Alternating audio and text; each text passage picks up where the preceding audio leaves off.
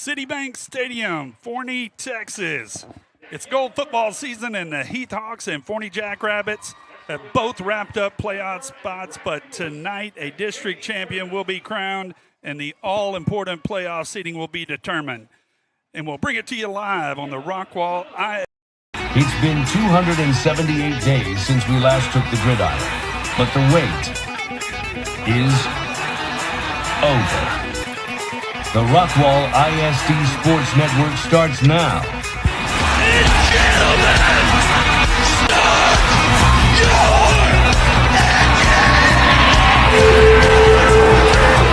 Have fun, play Rockwall football.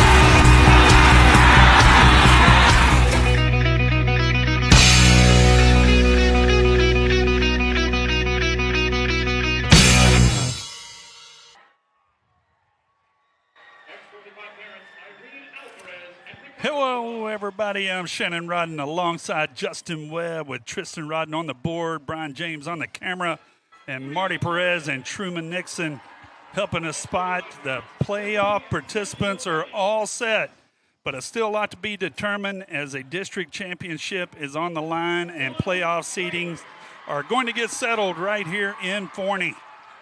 I want to welcome in my broadcast partner, Justin Webb. And Justin, Coach Rodney Webb has accomplished the first goal of getting to the dance, but the Hawks look to win only its third district championship in school history and also secure that top seed in the Texas high school playoffs just a week away. Well, thank you, Shannon. The Hawks through 9 games have taken advantage of their opportunities and accomplished many of their preseason goals, but there's still work to be done as a win tonight would not only win the district championship, but would also give the Hawks the #1 seed in Division I from District 10-6A. Coach Webb's told us many times, even before the season began, he thinks this team is capable of making a deep run in the playoffs, and that could start next week with a bi-district home game at Wilkerson, depending on what happens tonight, Shannon. We sat down and talked with Coach Webb earlier this. Here with the Hawks coach Rodney Webb on the Lions Bank pregame show as team gets ready to head into week 10, or some would call it week 11, 10th game of the season, and coming off a huge win in the I-30 Classic with a win over Rockwall. But now heading in, you got to win. And what is the mentality been like this week? I know we've talked about gold footballs and everything, so tell everybody out in the Hawk Nation just the state of the union for these Hawks.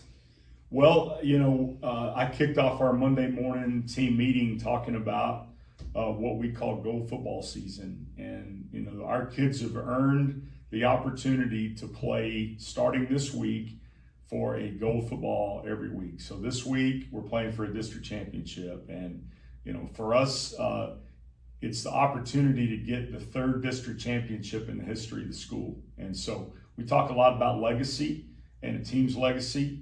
And, a big foundational piece of a team's legacy is a district championship. So that's on the immediate horizon for us. And then once the playoffs start, it's every week you're playing for another gold football. So that's what it's all about for us this time of year. And our kids have earned the opportunity to do that. You bet. So going over to Forney Friday night, got a 3-way tie at the top of 10-6A as North Forney able to knock off Longview. I went back and watched that video. It was deja vu from earlier in the season for one team to play 56 to 55 games, and both of them decided by extra points. Yep. Pretty incredible, but it really goes to the depth of 10-6A. We've talked about it all year. This was the deepest we've ever seen anything. Unfortunately, Rockwall's on the outside looking in, same as you were a year ago. But it really, you got 3 teams at 3-1, and then fourth place is just Longview. So District 10-6A really has been incredible this year, hasn't it? Yeah, you look at the teams you talked about, and then look at Rockwall, who's on the outside looking in, and they beat the defending state champion at their stadium earlier this season. So you got Roy City that only managed 1 district win. And that was a team that blew the doors off of everybody they played in non-district right up until 10-6A started. Yeah, Roy City, they were unfortunately, like you say, they played tough games every week. But we talked about it, 6 teams vying for 4 spots, and I'm really surprised that all four teams are already, the four teams are set. So, going in, I thought we were going to be going into this last week with all kinds of chaos and all kinds of possibilities. But we do still have a lot to play for this week, right? Oh, for sure. I mean, for us, again, it's the district championship, and it's the #1 seed in Division I of Class 6A. So it's a big game for us, big opportunities. You bet. So, Coach, and we'll probably talk more about this, next week as you start kind of reflecting and going into the playoffs. A lot still to be determined on who the playoff teams will be. We'll get into that on the broadcast. But when you look back, you go all the way to the preseason, coming off the season you had last year, and I remember talking to you in the summer, and you said this team is different. That the buy-in. You mentioned that this was the best buy-in you've seen that you can remember, and that this team would accomplish everything that it possibly could. And as everything's gone on, you're talking about some huge wins. You're talking about only one hiccup the whole time. But I would have to think you've got to be extremely proud of this group of kids. For sure. Extremely proud. And as a coach, I think all you can ever ask for is for the group of kids that particular season to accomplish everything they're capable of accomplishing. And up to this point in the season, I think that's what we can say about this group. There's that, the old saying of like the sum is greater than the parts. And I do feel like with this team that the sum has been greater than the parts. And I think the reason that happens is when it just comes down to tremendous team chemistry, buy-in, all those early morning practices, and we've got our kids up here ready to go, bright-eyed and bushy-tailed every morning, ready to practice and get better. So hats off to them for everything that they've accomplished up to this point. You bet. Well, so quickly going into this week, Forney. Wow, last year it was Jekyll and Hyde. Last year, late in the third quarter, it looked like you were gonna, you had a chance to even get the #1 seed in District 10 6A, and they turned it on late. And looks like this year, kind of some of the same. They've had some huge wins. Went out to Longview, shocked Longview, and then they've had some games that were down a little bit. But what do we expect to see out of this Jackrabbit team? Well, I think it starts offensively. They've got an amazing combination of talent. They've got an elite quarterback, they've got an elite running back, they've got 2 elite receivers, and they've got a couple of elite offensive linemen. So, they put up big offensive numbers with good reason. They've got really, really good players. And then defensively, not as much star power, but they've got 11 guys that can really get after it. They're very, very sound defensively, and they just make you earn everything that you get. Ben, and you had mentioned too, you feel like you have an advantage this week too, that your team is extremely hard to prepare for because of the balance and because of all the detail that you put into the game plan in all 3 phases. A short week goes to your advantage, right? Yeah, I think so. It's really 2 days of preparation. It's really Monday, Tuesday. Wednesday's a pregame day when you have a short week. And I do think that we're a tough team to prepare for in 2 days because we're a little bit different than a lot of other people that they play along the way. You bet. Well, Coach, I'm going to save all the playoff talk till next week. Congratulations on stamping that ticket this past week against Rockwall. But let's go get that, as you said, this first shot at a gold football. Yep. And only the 3rd one in school history. No small feat there. So let's go get that one. Then we'll talk about then we'll project all the playoff stuff starting next week. Sounds good. All right. That's Coach Rodney Webb as his team gets set to take on Forney tonight. Thank you for joining us on the Alliance Bank pregame show. We'll be right back to set this one up on the Rockwall ISD.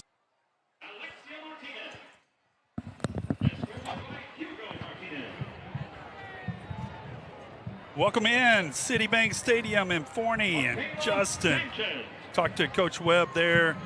Looking back from the beginning of the season, if you told him he'd be sitting here 7-2, and playing for the district championship against the Forney Jackrabbits, he would have been all in at that point. And it's a testament to his work and all of the coaches' work and all of these players. He talked about it. He was excited about what he had.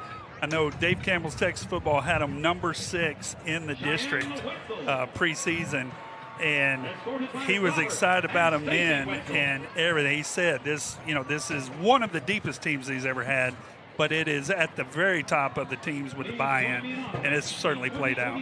Yeah, he bragged about their work ethic even before the season started, said no one was late to practice, everybody was hungry and ready to go, and he was excited about this team. So some people out there might be surprised with this 4-1 district record, 7-2 overall, on the cusp of a district championship if they can win tonight against a very good Jackrabbit team.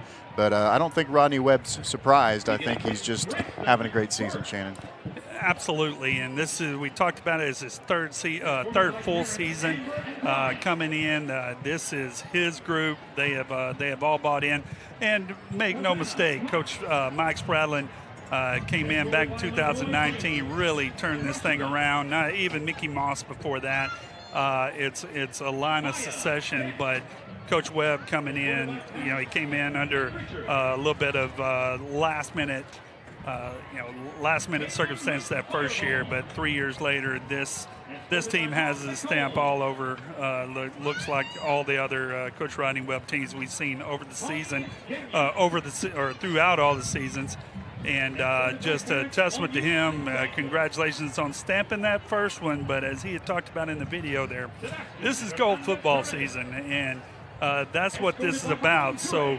We'll talk about playoffs week to week, but tonight it is all about district championship, and that means something. Coach Webb telling us before the season started also that this schedule was brutal, and no doubt this has been some tough football all the way to week 11, game number 10 tonight against these Forney Jackrabbits, who did very well last year, ended up being a playoff team from District 10-6A last year, and will be a playoff team again this year. The winner of this game, if it's the Hawks, will be the district champion. We'll see what happens if Forney wins, depending on the Rockwall North Forney game. But the Hawks about to accomplish, or have the opportunity to accomplish, everything that they wanted to through 10 games if they can get a win tonight. Bet. So to tell everybody what is at stake tonight if the Hawks can win. Number one, you'll win the district championship, and just as important, lock up that number 1 seed in Division I.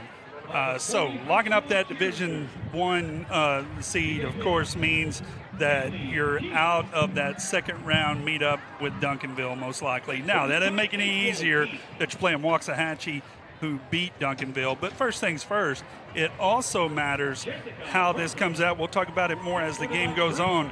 But District 9 is sitting over there.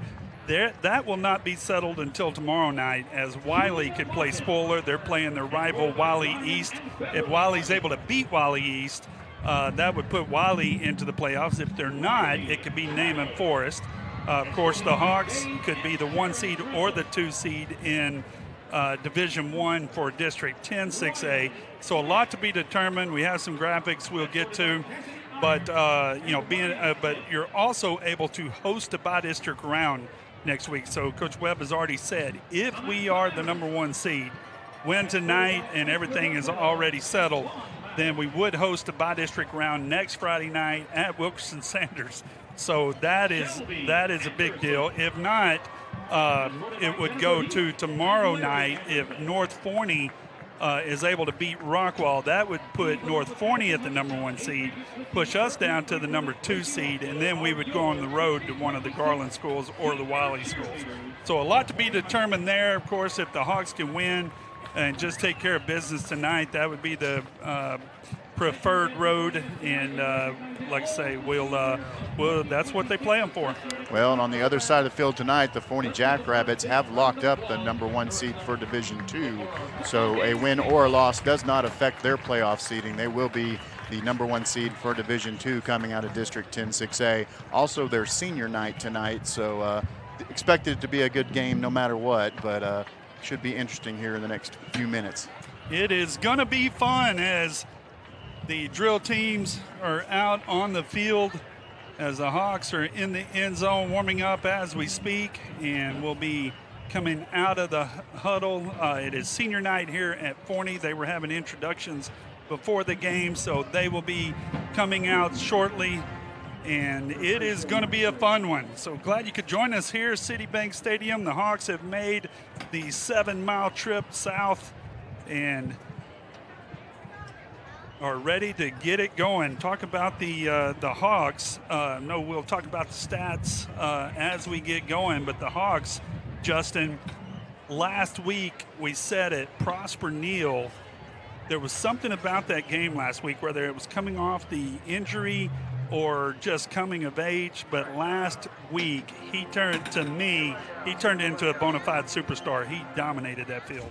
Well, good to know he's still a junior, so Prosper Neal got hopefully a lot more football to play this season, but he should be back next season too. He leads the team, 170 attempts, 110 completions, a 65% completion percentage, 1,454 passing yards, averaging 13.2 yards per pass, 17 touchdowns versus 6 receptions, and also been a weapon on the ground as well with 81 carries, 499 yards, and 10 touchdowns on the ground as well.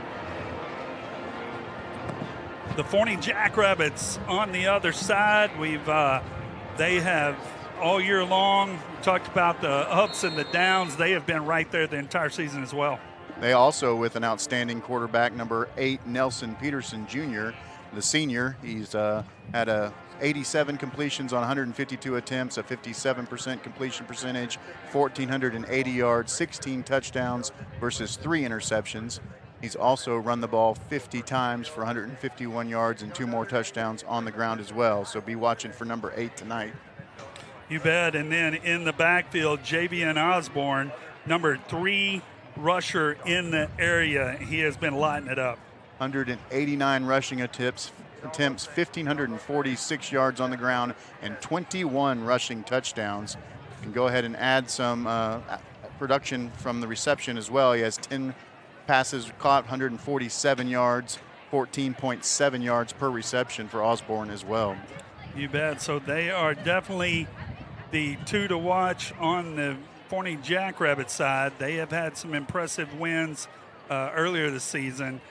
Their only losses coming to a Waxahachie team, which we just talked about, and that was early in the season. And the big win over Longview. We know how tough Longview is. As the Hawks are entering the field. The Hawks running out wearing their red pants, white jerseys, the white helmets with the black Harvard H. Flag runners with the south side flags out in front. And the Jackrabbits be coming out the right side of your screen as they are about to come out of their tunnel. And we are just a few minutes from kickoff.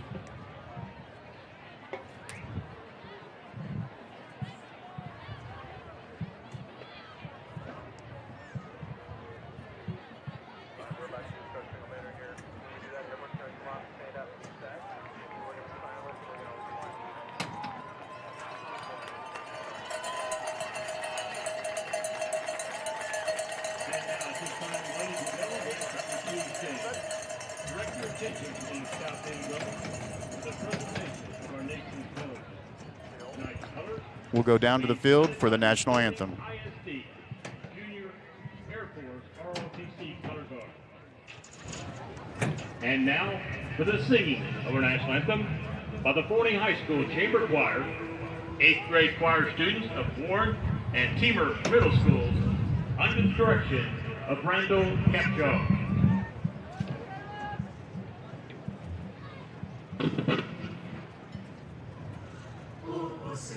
Can you see by the dawn's early light what so proudly we held at the twilight's last gleaming, whose broad stripes and bright stars through the perilous fight o'er the ramparts we watched were so gallantly streaming, and the rugged splendor of arms bursting in air gave proof through the night that our flag was still there. Oh, say does that star-spangled banner yet wave o'er the land of the free and the home of the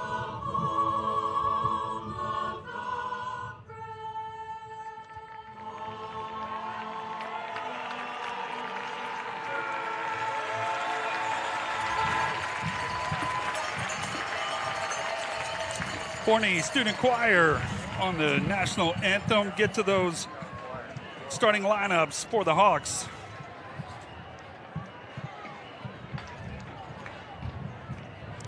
Starting on defense, across the front line, Grant Moravik, Tyler Marsh, and Juwan Lee, that all-star linebacking core of Landon Foster, Luke Mitchell, Zeke Cannon, and Carson Adams. At the corners, Keathon Jones, Quincy Jones, and Colton Lawfrey and Dylan McCann back at safeties. Go ahead and do the Hawks starting offense.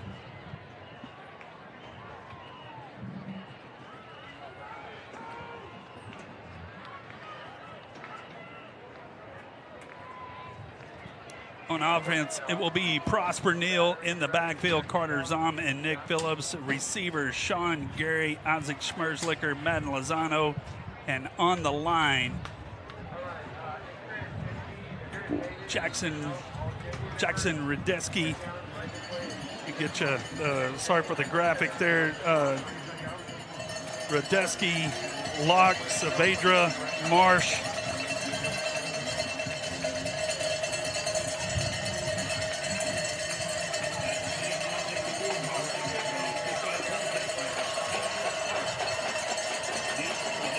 Sets kickoff for the Forney Jackrabbits. Number 11, Derek Hill. Back deep for the Hawks. It's Colton Lawfrey. That is Sean Gary. He's going to take it right at the goal line. He's going to bring it out. Gary makes one move, and he will be brought down about the 17-yard line, where the Hawks will set up first down and 10 for their first possession.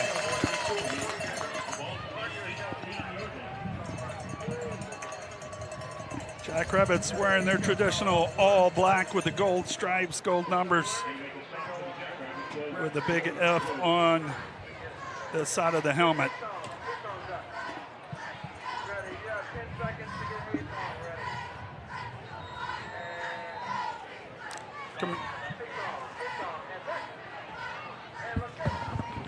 Carter Zom beside Prosper Neal in the backfield. Schmerzlicker in motion.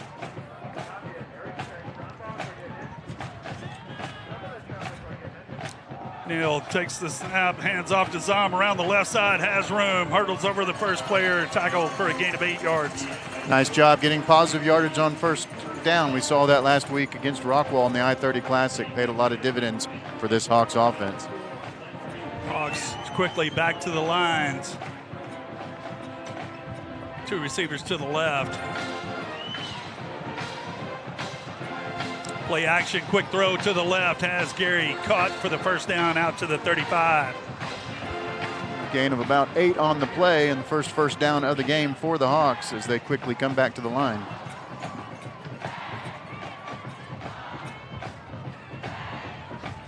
Hawks in their traditional hurry-up offense. Quick throw to the left. Has a man caught. Madden Lozano. Another first down and a gain of 15 yards. Hawks quickly across midfield. Lozano came into tonight with 10 receptions, 100 yards. Most of those in the last few games. He's been getting a lot of activity here lately, Shannon. Handoff, Zom checks it and kicks it around the left side. He's going to be brought down. Nice tackle on the play. Number 20 on the tackle. That is Xavier Young, the senior linebacker. Going to bring up second down and 9 for the Hawks.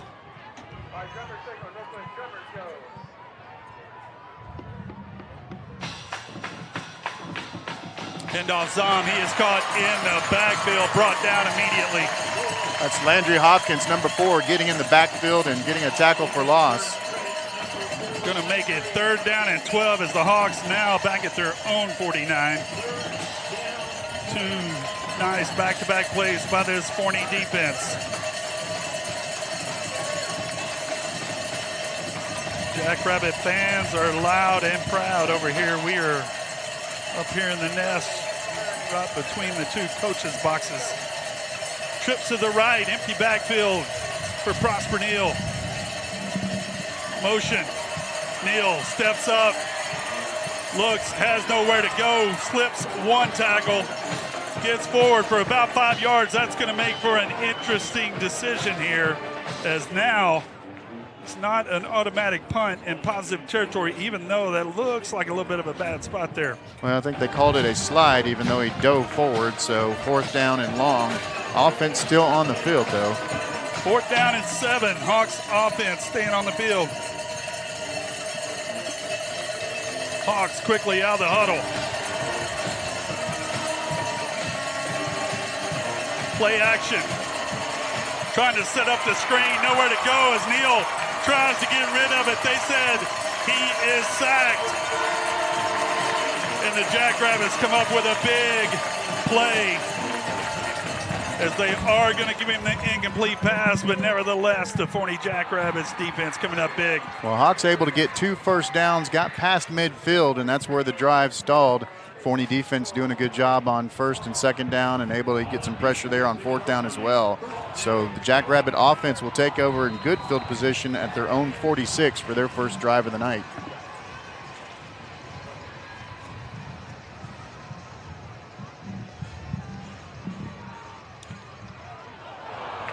First pass from Nelson Peterson Jr. sails over the head of his receiver, Amari Jahil.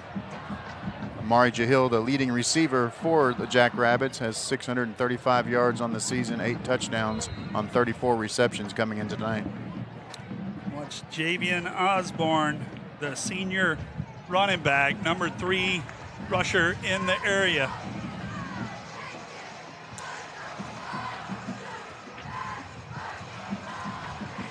Pistol formation, handoff to Osborne off the left side, has room, gets through for a gain of 11 yards and a quick first down for the Jackrabbits. Nice run up the middle there, and a first down, and now in Hawks territory for the first time tonight.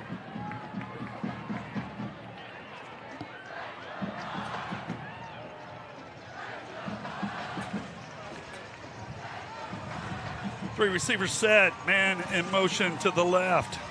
Pistol formation.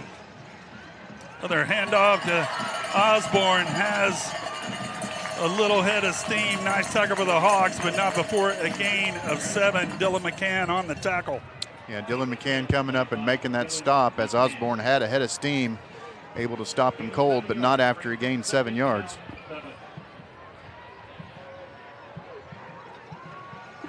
Jackrabbit defense getting the stop. Turnover on downs. Offense trying to cash it in. Handoff to Osborne, met in the backfield. Nowhere to go as the Hawks defense coming up big. Luke Mitchell leading the way.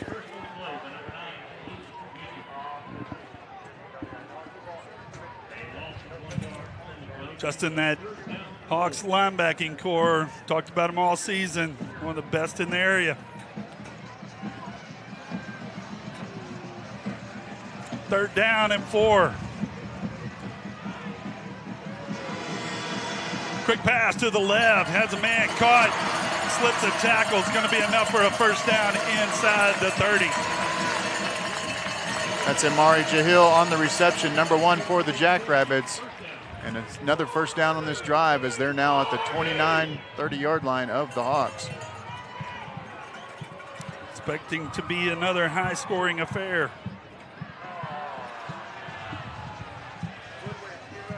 As many of the District 10 6A games have been all season.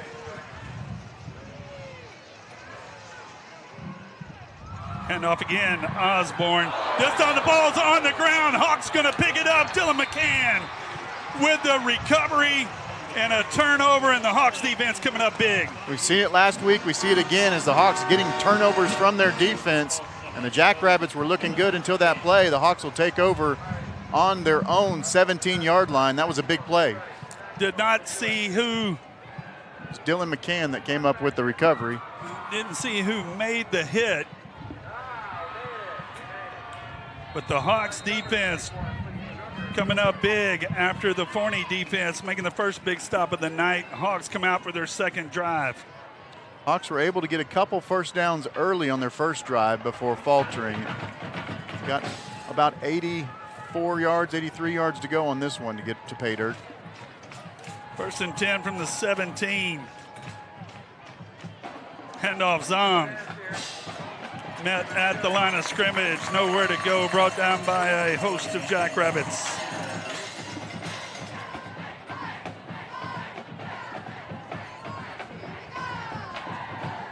Midway through the first period. Defense, name of the game so far, 2nd down and 9. Quick throw to the left, caught Lozano, tackled immediately, gain of 6 on the play. Going to bring up 3rd down and 3. Good job by Lozano hanging on that ball as there was definitely some good contact there. The cornerback made a tough tackle. 3rd down and a long 3.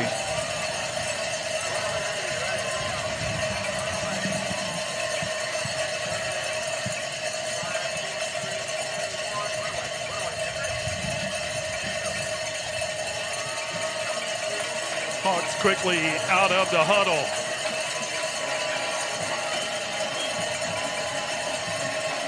Lozano in motion. Ball gets away from Neal. Picks it up. He's going to be tackled inside the 10-yard line. Disastrous play for the Hawks. It was a bad play, but it was a good job of Neal getting on the ball. Turnover there would have been terrible. Definitely going to be a punting situation now as the Hawks are at their own 9-yard line, 4th and forever. So the Jackrabbit defense creating havoc for these Hawks here early. As Bronson Mueller is going to come out to punt. He'll be standing in his own end zone. District 10 6A championship on the line.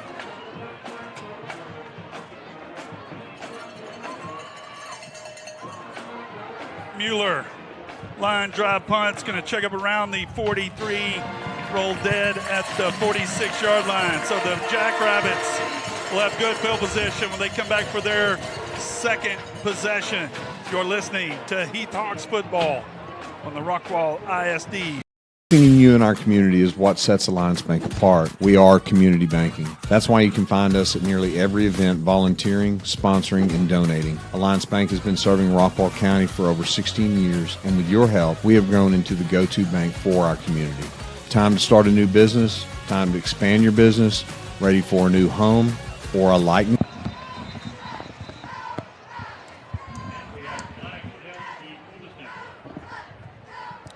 Jackrabbits lining up quick, trying to get it going. The officials not letting that happen. 4:52 left to play here in the first period. I know Tristan Rodden and Chris Curtis are working on those lines on your screen, trying to get that one worked out. Good old fun remote broadcasting. First down at 15 for the Jackrabbits. Keeper, left side. Peterson has room. Down inside the 30-yard line. Dylan McCann on the tackle. Nice run by Peterson there, showing his skills, as McCann was the last Hawk left before he was going all the way to the end zone. So about a 27-yard carry on first down. Quickly, the Jackrabbits back in business here on their second possession.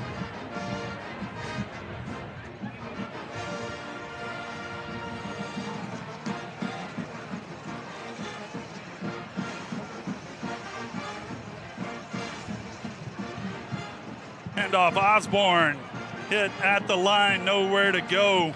Big number 44 on the tackle. Grant Moravik coming up and making a play from that defensive end position. No gain on the play.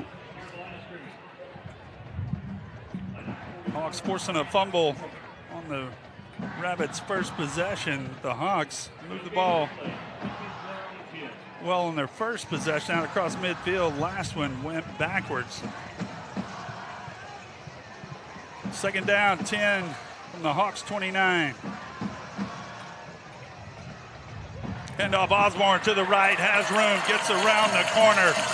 Lawfrey's going to ride him out of bounds, but not before a gain of 15. He's going to take it down to the 15, first and 10, Jackrabbits. Quincy Jones in on the tackle, able to get him out of bounds, but every time these Jackrabbits get to the outside, they've had some big chunk plays.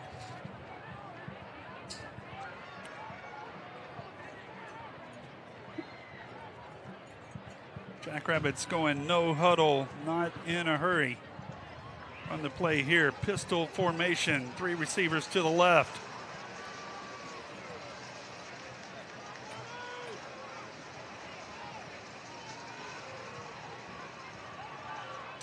Hand off to Osborne, tackled immediately. Zeke Cannon, number 14, on the tackle. Carson Adams assisting Zeke Cannon. No gain on the play. He's going to bring up another second down and 10.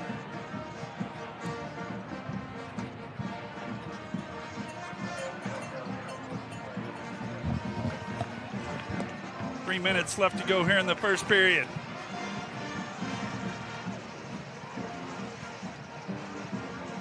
Man in motion, Peterson, hands off to Osborne, has room, hits the corner, touchdown, Jackrabbits.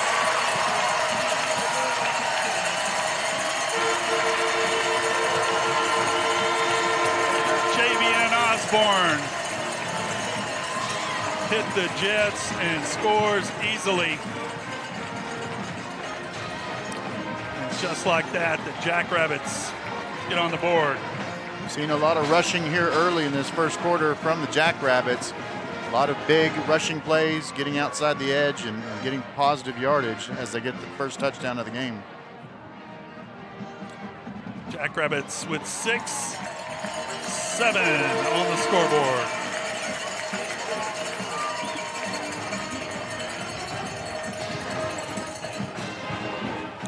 So 2:48 left to go in the first period. We'll be right back on the Rock Wall.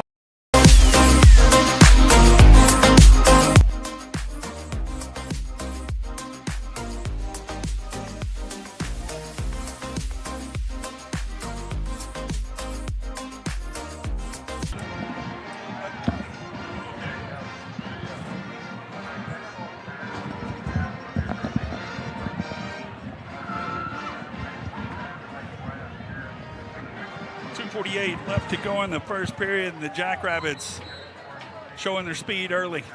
Yeah, Hawks defense going to have to figure out a way to slow down that rushing game, as both Osborne and Peterson both getting big yardage plays with their legs. But expect a lot of scoring. The 2 losses that Forney did have, they were held to 14 points against Waxahachie, 16 points against North Forney. So a big part of this game is going to be the Hawks trying to prevent what's otherwise been a very potent offense this year in the way of the Forney Jackrabbits. Keep this one low scoring.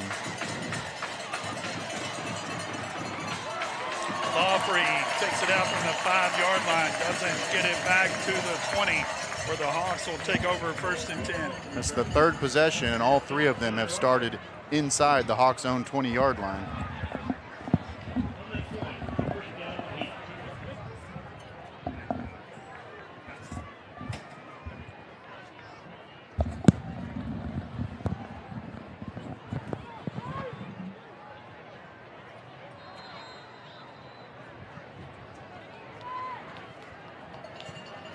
So the Hawks, nothing doing on their first two possessions. Come back out. Jackrabbits.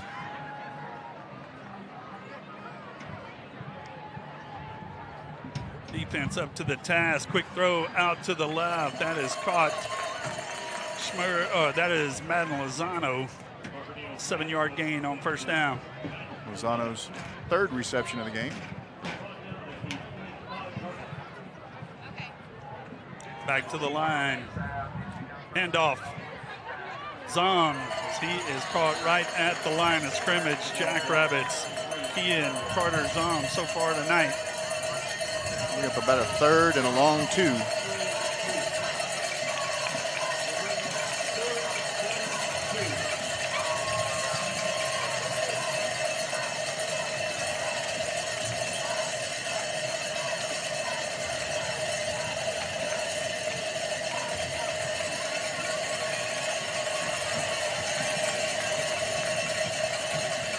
Handoff. Zom nowhere to go as his helmet comes. Or a helmet came flying off. Didn't see whose it was. But the Rabbits ready for Zom, and loss on the play, and the punt team's out again. Xavier Young in on the tackle. Number 20, I believe it was his helmet that came off, but at a 3 and out for the Hawks as this offense continues to be stuffed by these Jackrabbits. Mueller.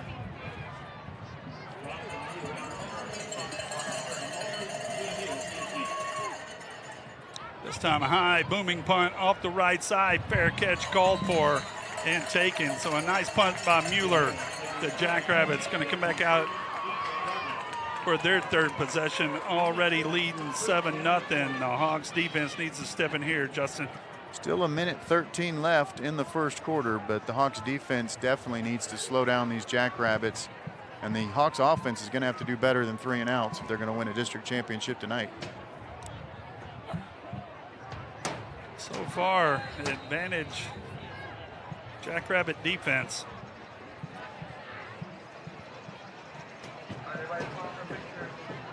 Peterson, play action, flushed out to the right. Have hold of him, gets away, back to the left side, still looking downfield now, just throws it away. Nice athletic play by the quarterback as the Hawks had him under duress the whole time. A couple different Hawks almost got to him, but Peterson able to elude them. The offensive line stayed behind the line of scrimmage as well, so there was no illegal man downfield, but at the end of about a 15-second, seemed like play, nothing done, 2nd and 10. They're good just to get rid of it. 2nd down and 10. 1:02 left to play in the first period.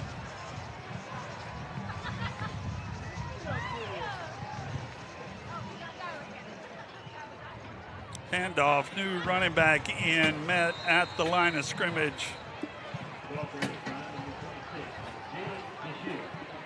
26, Jalinda Shields on the carry. Number 9, Luke Mitchell on the tackle for the Hawks.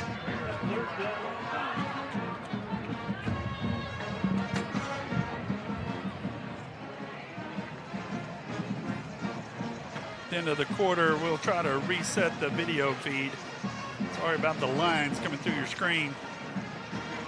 3rd down 9. Peterson back to pass, steps up in the pocket, throws it out to the side, has a man caught for a first down.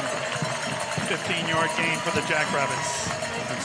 Number 1, Imari Jahil on the reception as a big first down. Jackrabbits will continue now in Hawks territory again.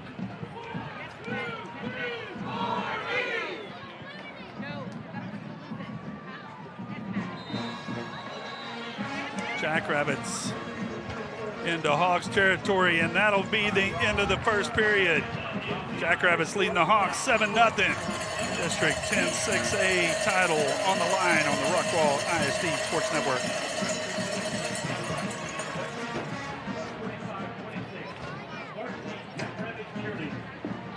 The juniors are Avery Blakely Goldsmith, Brindley Blair, Riley Wilson, Carly Arden, Carmen Martinez, Chloe Claxton, The fucking Carson Lovett. Ashley Whitaker, Riley Robinson, Riley Wilson. The seniors are Addison Hudson, Avery Duplessis, Haley Keith, Jessica Hurley, Julia Martin, Rylan Smith, Samantha Morris, the senior captain guard, Kristen Strickland, Rick Longfellow, Ryan Trimble, and Joey Anderson.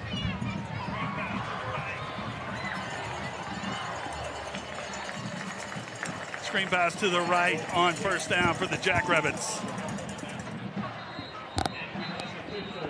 That will be a timeout on the field for an injury. We'll be right back. The Rockwall ISD Sports Network.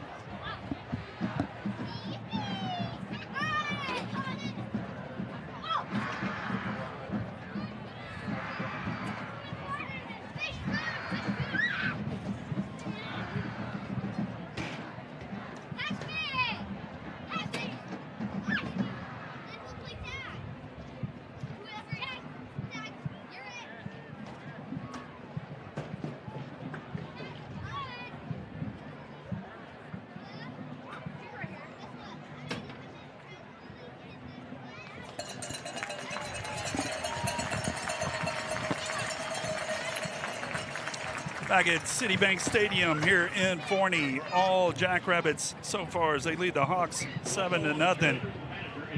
Come back out, second down and 5. Call it second down and 4 at the Hawks 39.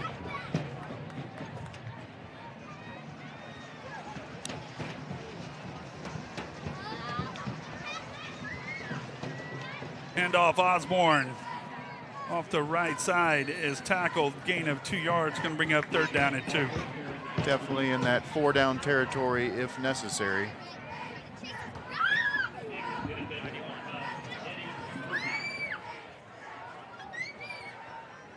Number 91, Eddie Murphy, in on the tackle for the Hawks on the last play.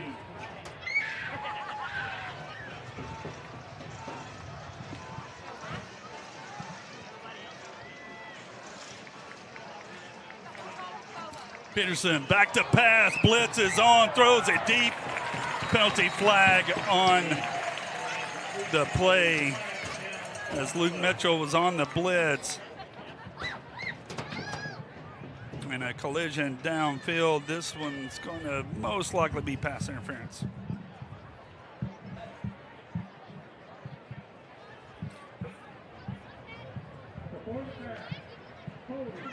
Holding the call on the Hawks. That's going to be an automatic first down.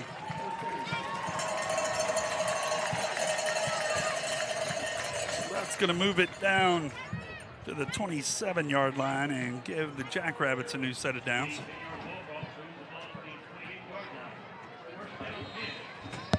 Got our technical team working on your video screen.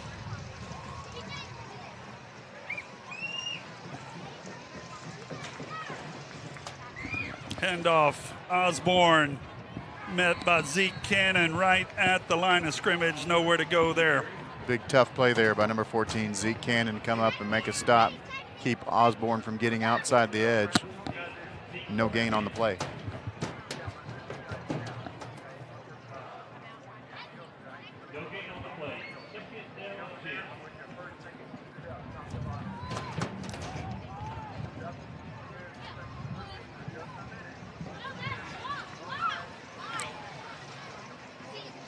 Second down, 10. Motion left.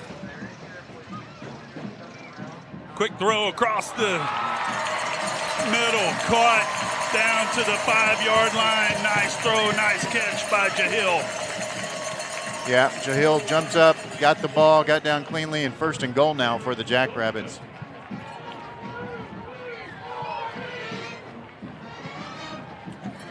Jackrabbits running on a little bit different speed than the Hawks so far. Now have first down and goal from the 6.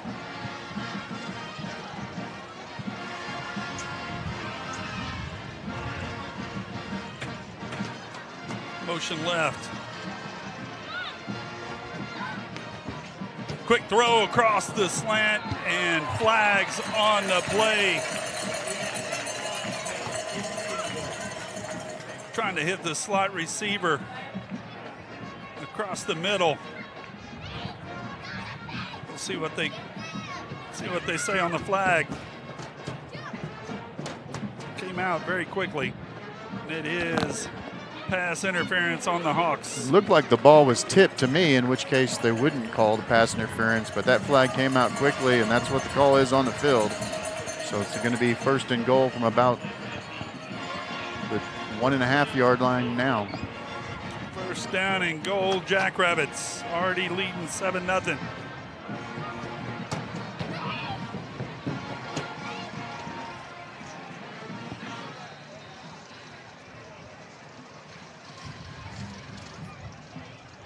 Pitch to Osborne to the left, walks into the end zone.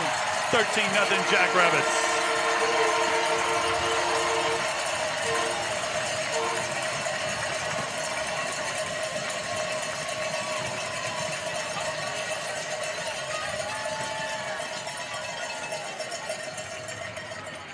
Got some shout outs to get to. Senior Isaac Schmerzliger, grandma in Kingston, New York, Knoxville, Tennessee. The band grandparents proud of the Mighty Hawks brand and their state performance last week. The kick is up and good. And also Jeff Hicks, Rockwall Ford. Appreciate Jeff sponsoring the I-30 Classic last week in that huge American flag that covered the entire field, courtesy of Rockwall Ford and Jeff Hicks. Yeah, that was impressive. Always good to see that patriotism and that amazing American flag. Thank you, Jeff. So the Hawks coming out a little flat, need to get it going here. Congratulations to Dr. John Villarreal and all of Rockwall ISD with a little yes vote on the Vader this week.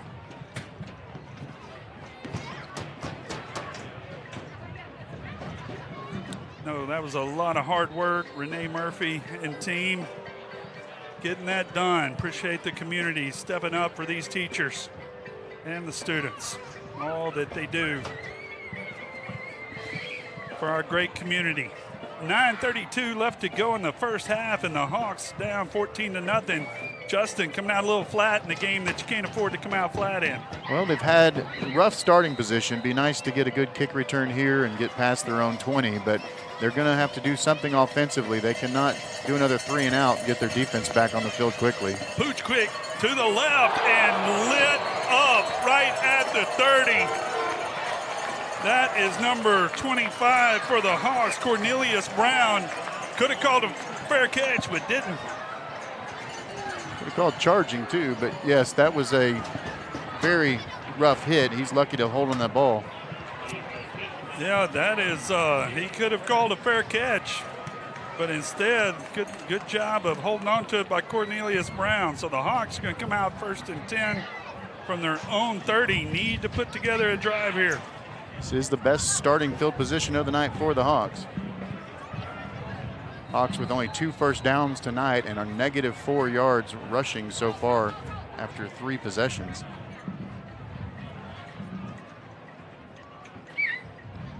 Neal, play action. Looks, has a man caught. Gary. Forward progress is going to get him a gain of 7. Bring up 2nd down and 3. Hawks quickly back to the line. Hand off to Zahmed in the backfield. A swarm of Jackrabbits as they have been ready for the Hawks run game.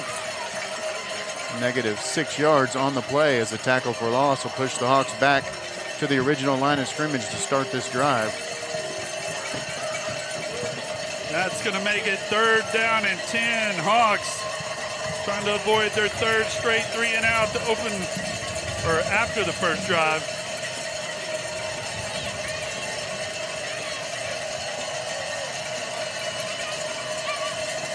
Neal rolls to the right, looking nowhere to throw.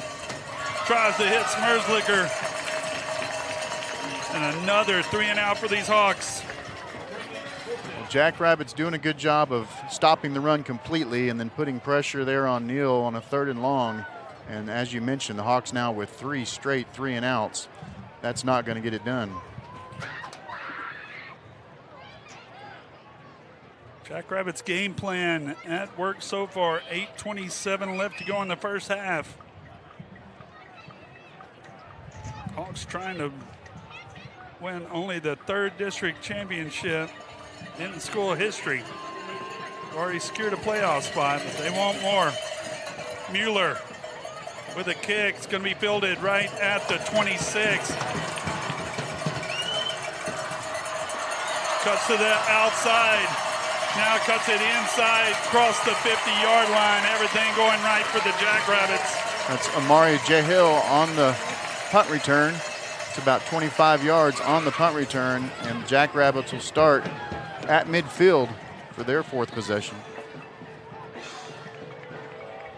We've seen the Hawks get up early, and we've seen them get down early. They have, the time that they have gotten behind, saw them come back from 18 points at Highland Park in the second half.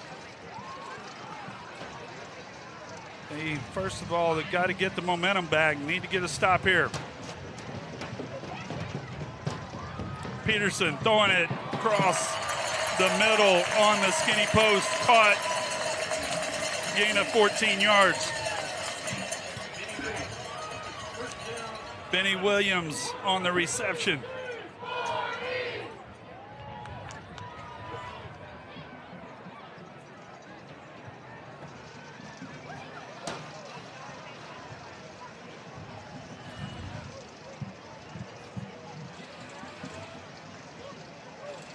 Peterson on the keeper, cuts it inside, has room, falls over a tackle before he is brought down at the 12-yard line. It's Colt Lawfrey on the tackle.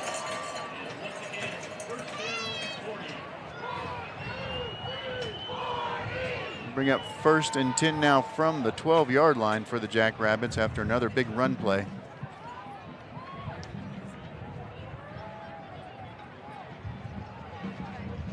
Rabbits back to the line. Hand off. Osborne brought down in the backfield. Nice play by big number 98, Jared Simpson.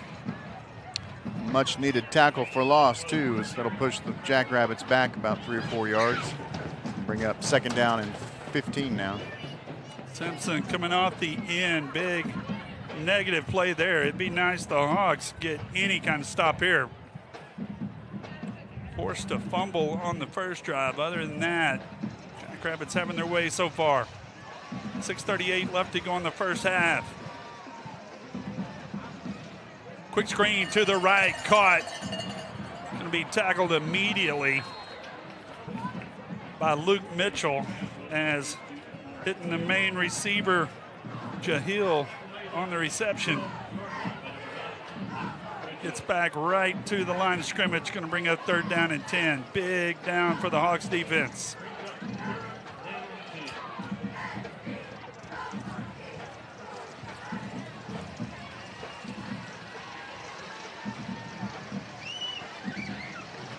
Pistol formation, 3rd down and 10, and timeout. Timeout, Forney. We'll take a quick break, come back. Hawks. Shop an exceptional selection of new pre-owned and certified pre-owned vehicles at Rockwall Ford, the home of rock bottom pricing. With hundreds of new vehicles, we're sure to have the right one for you. And when your vehicle needs to be serviced, schedule your appointment online with our master certified technicians. Your next Ford is waiting for you at Rockwall Ford. Log online for your rock bottom deals. Just click, print, and buy. Shop the rock today. I-30 exit 205. RockwallFord.com.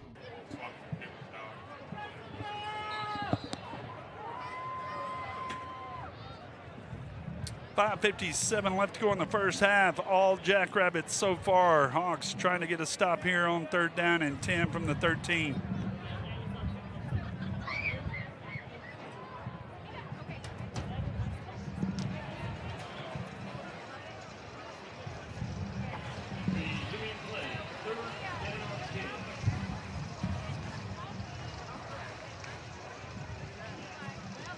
Peterson back to pass, looking for the screen on the right, caught, touchdown.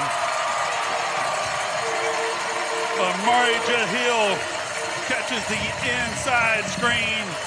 Looked like the Hawks almost had it defended, but a nice play call by the Jackrabbits. They lead 20-0. It really was a nice play call. The Hawks coming after the quarterback. Jahill able to get behind the entire line and just walks right in untouched. And that's 3 touchdowns on 3 straight drives now as the Jackrabbits an extra point away from a 21-0 lead.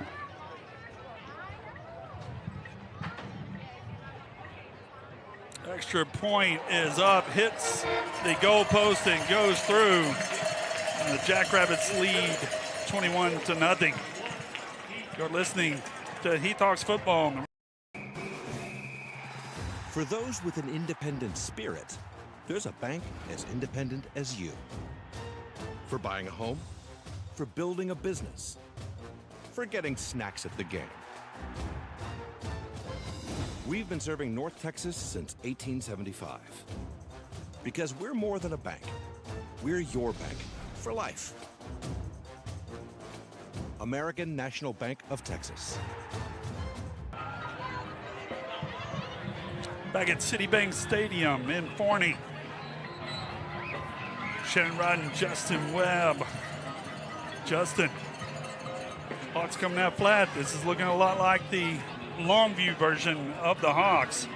I wasn't going to say it, Shannon, but yeah, definitely all Jackrabbits so far with 5:49 left here in the second. Hawks need to put together a good drive here. Get the momentum back. So far, not answering, getting punched in the mouth and not answering so far. Squib kick right down the middle. It's going to be fielded at the 15. Sean Gary barely gets it out across the 20. Now the scrum's going to take it out to about the 24-yard line. Flags on the play. That is not a favorable spot for the Hogs, or maybe it is. Let's see what the officials say.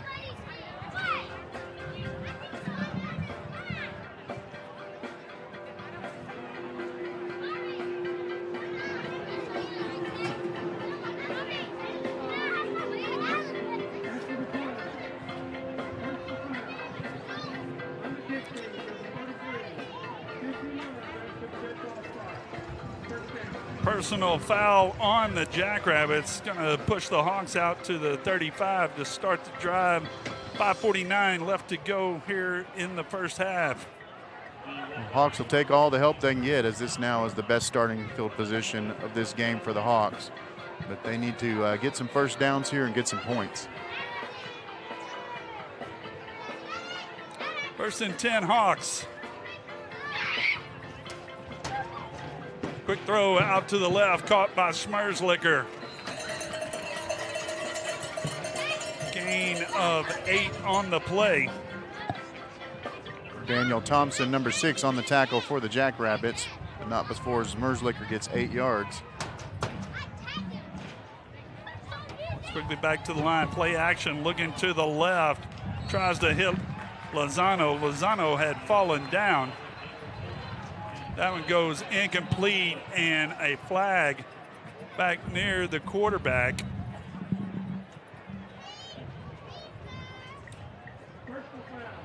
Personal foul, roughing the passer.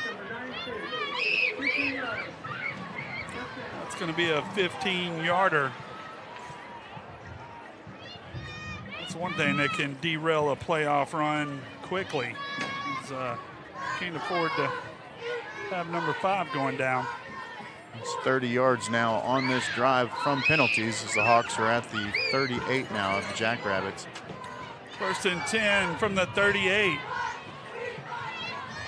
Hawks trying to get on the board. Snap goes over his head, and Zom's going to pick it up and be tackled immediately.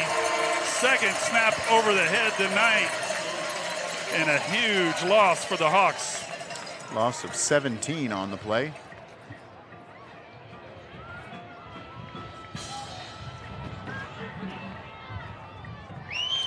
That's going to bring up 2nd down and 27.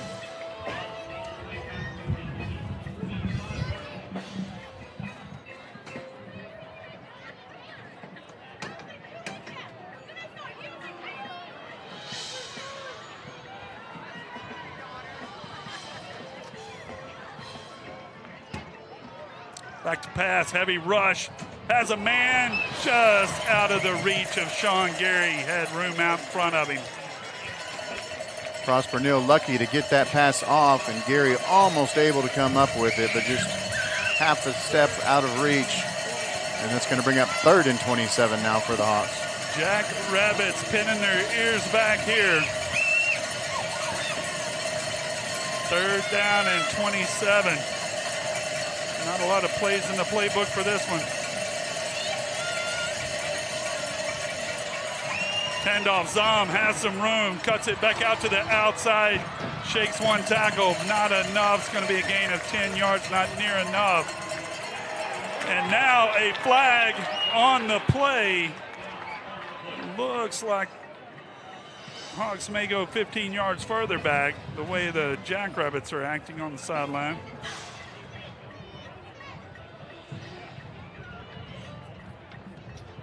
The officials sorted out.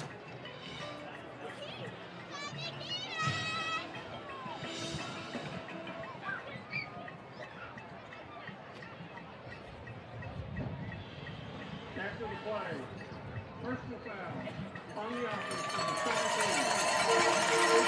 So frustration coming from the Hawks. That's going to back them up 17 more. And what started out as a promising drive is going to result in another punt, Justin. They were able to get on the Jackrabbit side of the field, and then it got a little bit crazy. The snap over Neal's head, personal foul there on what would have been about a 4th and 13, and definitely going to punt here. Need to try to get these Jackrabbits pinned deep. Definitely need to, defense going to need to make a stop here before the half. As the rush coming in, Mueller barely able to get it off. It's going to check up and, of course, take a Jackrabbit bounce out back across the 20. So Jackrabbit's going to take over 1st and 10 from the 21, 3:47 left. A lot of things can still happen, but the Hawks not taking care of their part of it so far here in the first half.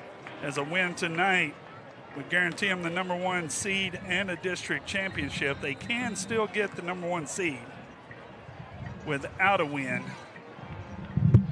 Then they would be relying on the Rockwall Yellow Jackets to beat North Forney tomorrow.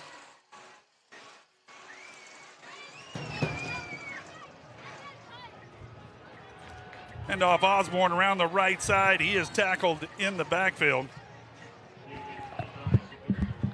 Nice job by Eddie Murphy getting the initial pressure, and then Carson Adams coming in making the tackle for a loss. About a 4-yard loss on the play.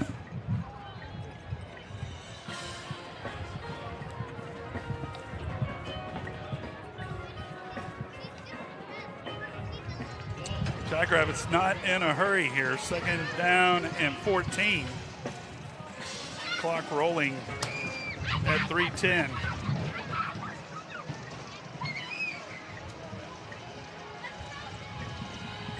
Keeper throw across the middle. Quincy Jones on the defense. Late flag coming in from way back. There was contact. They're calling pass interference on Quincy Jones.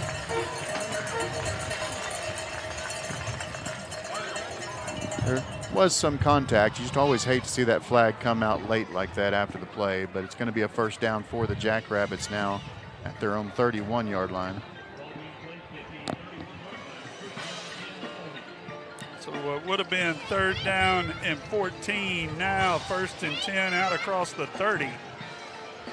That will definitely change, should change the speed at which the Jackrabbits operate from here on. Peterson back to pass. Flag in the backfield, throws it deep, has a man, dropped as Quincy Jones caught up, knocked it away, and there is a flag in the backfield. Thought I saw one of the Hawks defensive linemen get tackled. Yeah, a little chop block might be the call, but he definitely got knocked down.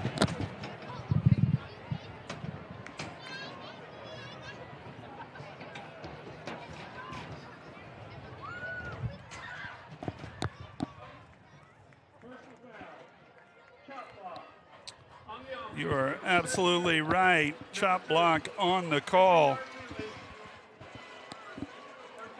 As the Jackrabbits airing that one out deep. Been a lot of 15-yard penalties in this game already. So that's going to make it first down and 25. 2:48 left to go in the first half. I think there's a daycare right below the press box here.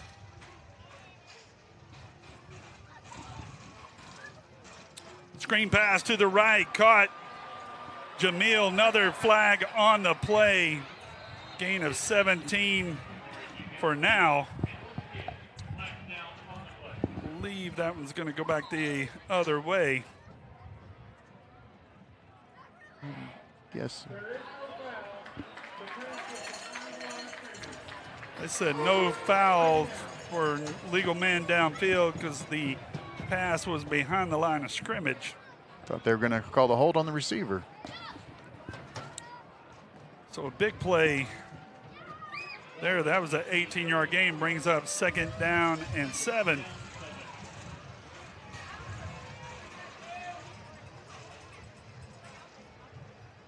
Handoff, Osborne met in the backfield, nowhere to run, and a -3 on the play. It's number 16, Carson Adams, with another tackle for loss. Had 21 leading the team coming into this game. Huge tackle is going to make it third down and 9. I believe the Jackrabbits going to let this one roll all the way down to the 2-minute timeout. Third and 9.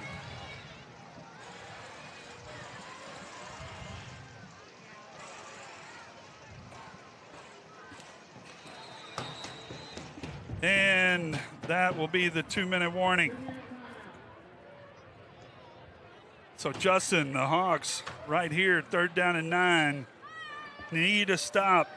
Would love to get a stop, would love to get the ball and get a score. The Hawks did receive the kickoff to start the game, so the Jackrabbits will receive it to start the second half. But definitely cannot afford to give up any more points to the Jackrabbit before halftime here. So at least a stop, please. Mighty Hawk Band will be performing at halftime. They'll be going first. We will have that video.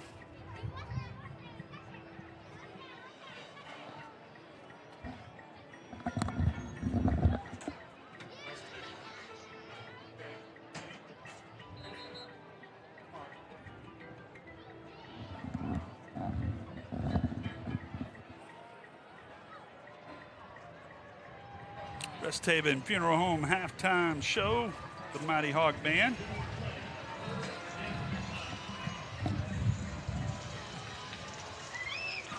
Third down and 9. Peterson flushed out to the right, throws it away, incomplete, and the Hawks have forced the first punt of the game by the Jackrabbits. Good job by the defense there. Needed to get off the field, get a stop, and they did. So the Jackrabbits punting team is coming on the field. So Lawfrey's going to go back to receive the punt. Be nice if he could take this one out of the air. Give the offense one more shot here in the first half.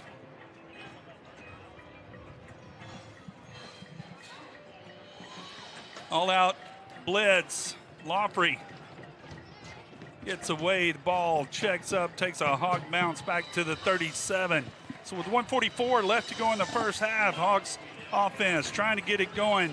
They have driven the ball twice into Jackrabbit territory have just self-destructed, Justin. With 1:44 and 3 timeouts, there should be plenty of time, but need to get this first down.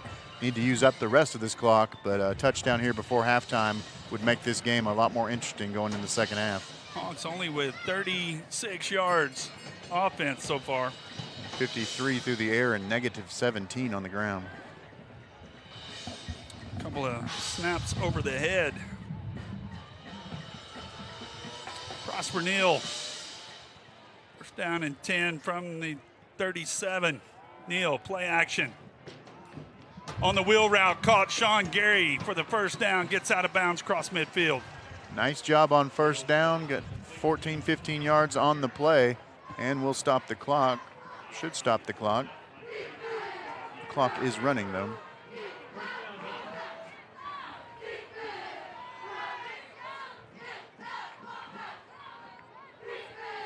Neal looking to the right, flushed out. Has a man right on the sidelines. Caught.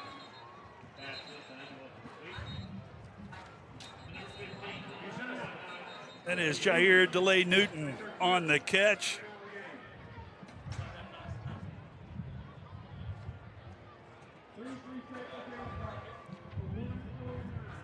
.109, they're going to reset the clock as the Hawks will come back second down at 4. Glad you could join us on the Rockwall ISD Sports Network. Special shout out to my dad and my sister listening from Baylor Hospital in Plano. Dad's been there last few days, had a little procedure. Everything went well, and my sister Jacqueline said they are watching. Hopefully a speedy recovery. Also have a shout out from James Thompson saying, "Let's go Hawks." Where's he at?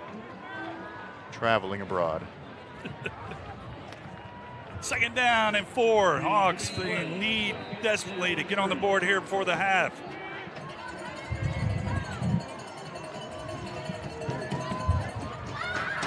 Neal rolls left, fires, has his man DeLay Newton on the catch. Another first down, down to the 25-yard line, clock rolling. After they set the down markers, it goes under a minute. Phillips shifts to the right, rolls right, throws, cannot hook up with Madden Lozano. Going to bring up second down 10. Stops the clock with 46 seconds remaining in the half. Hawks still with 2 timeouts. They'll have second and 10 from the Jackrabbit 25. Hawks can score here. Definitely changes things going in at halftime. Jackrabbits have been very impressive so far. They fumbled on their first possession. After that, 3 straight touchdown drives for the Hawks defense. Finally stopped them last time, trying to give the offense opportunity. 46 seconds left to go in the half. Rodney Webb wants to call timeout.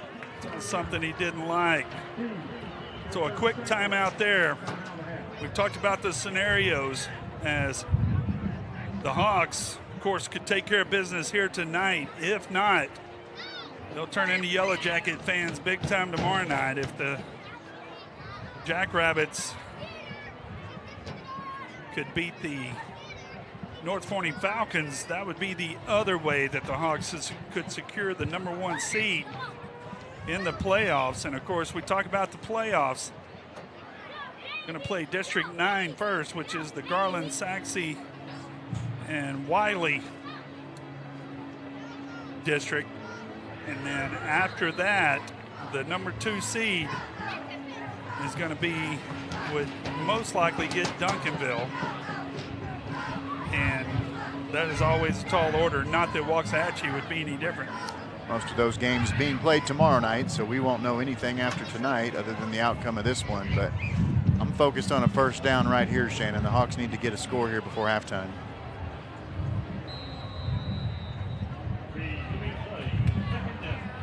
Second down 10. Coming out of the timeout.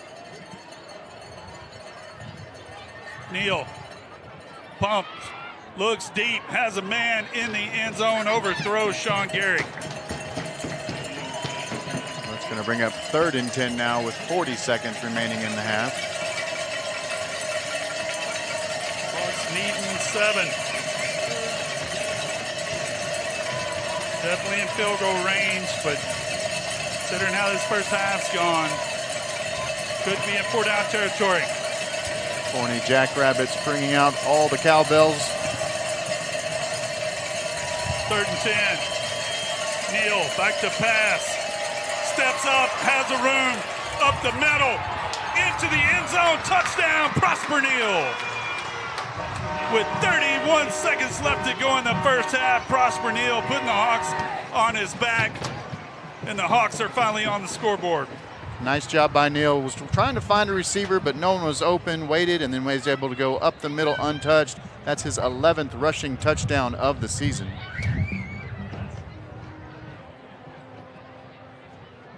Mueller on for the extra point.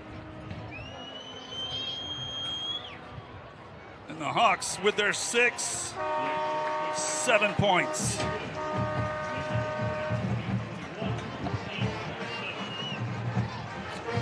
So Justin, just what the Hawks needed. The defense bowed up, got the stop. Offense getting on track there. Now need to shut these Jackrabbits down. We've seen them be explosive. Shut them down here, come back out, reset at halftime, come back out and get a big stop. And as we've talked about, 21 points is not the same as what 21 points used to be.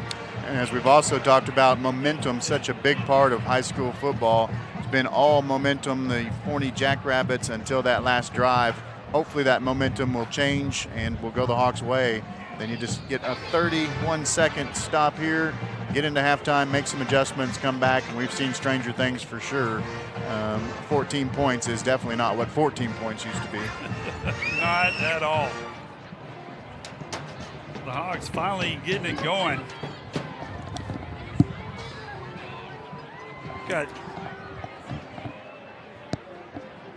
Got some fans texting in from Portland, Oregon for Ryan Vassell. Grandma Brenda. Also got some Nick Phillips fans texting in. Bruce and Rochelle Phillips in Rowlett, grandparents of Nick Phillips.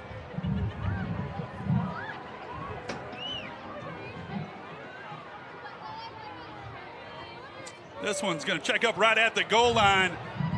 Had to go back and get it, and the Hawks are going to make tackle around the 12-yard line.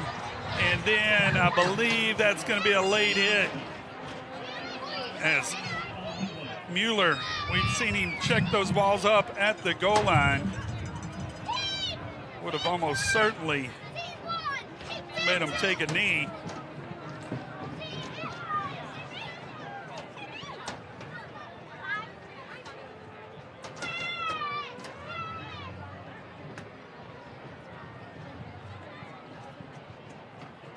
Looks like it's half the distance to the goal line, Shannon. So that is a penalty on the Jackrabbits. I didn't see any Jackrabbits except the return man. So that's going to go half the distance, probably. See the Jackrabbits take a knee, but we've seen plenty of firepower and taking nothing for granted as they come out with 26 seconds left to go here in the first half. Looks like they are in protective formation. And they take a knee. So the Heath Hawks answering the Jackrabbits, but not before they got behind 21-0.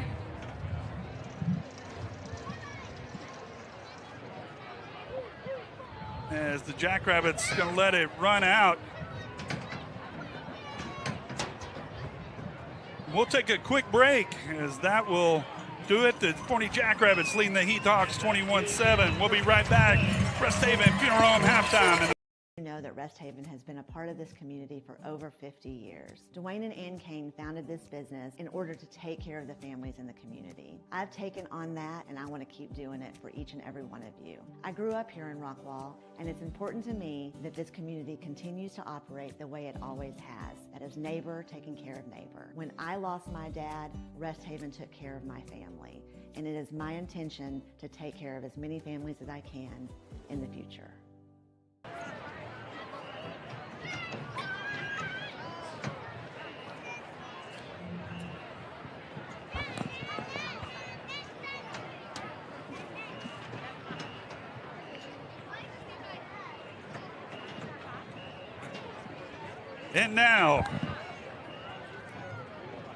And now for your halftime entertainment, the Mighty Hog Band, under the direction of Chris Lloyd.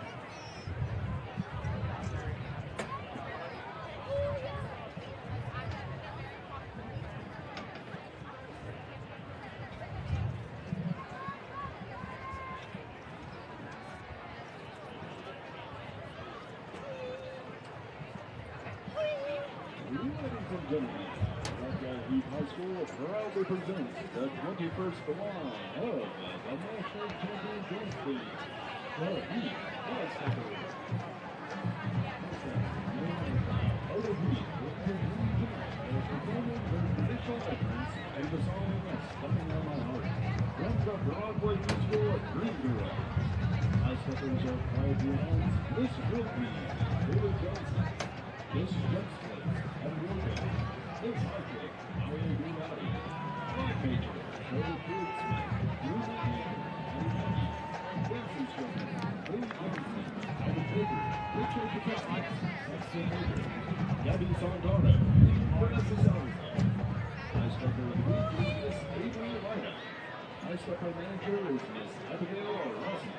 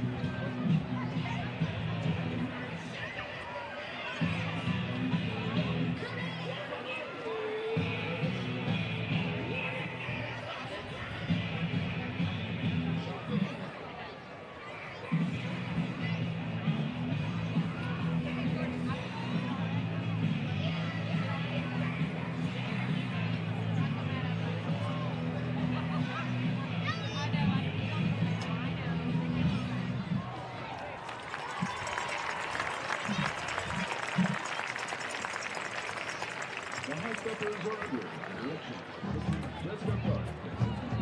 This is a shot of sun. Ladies and gentlemen, our referee, HHS National Champion, Heath Hawks.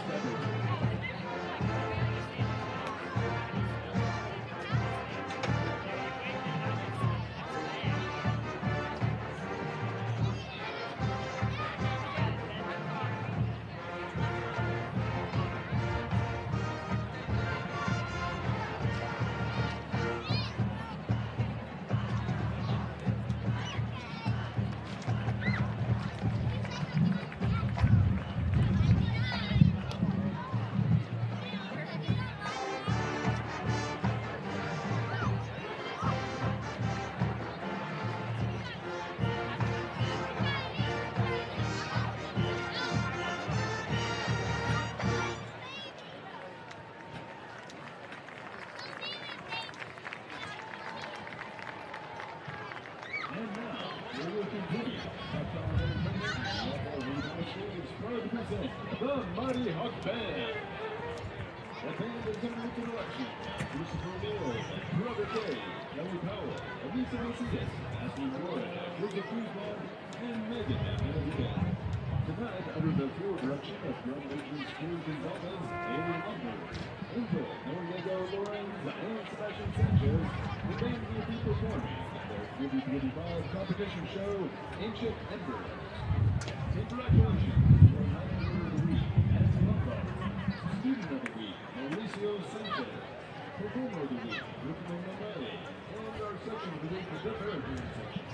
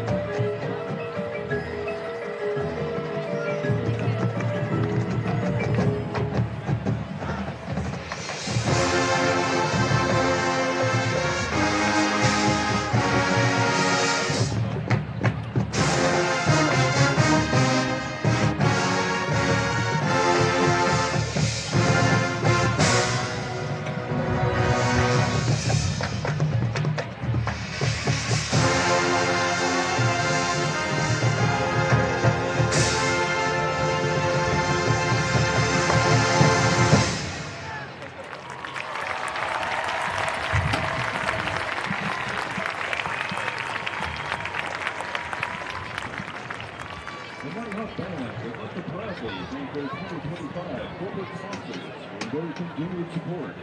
Gold sponsors, Sweet Tea Midwifery, Top Dot Home Medicine, Gas Installation, for your home today with Gas Installation, Smart Home Living in Rockwell, Texas.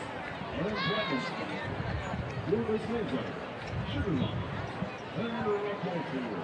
Proudly supporting the Rockwell streams and community for over 40 years. Mighty Rock Band would like to congratulate the Forney High School band on their outstanding performance at the UIL on State Marching Contest.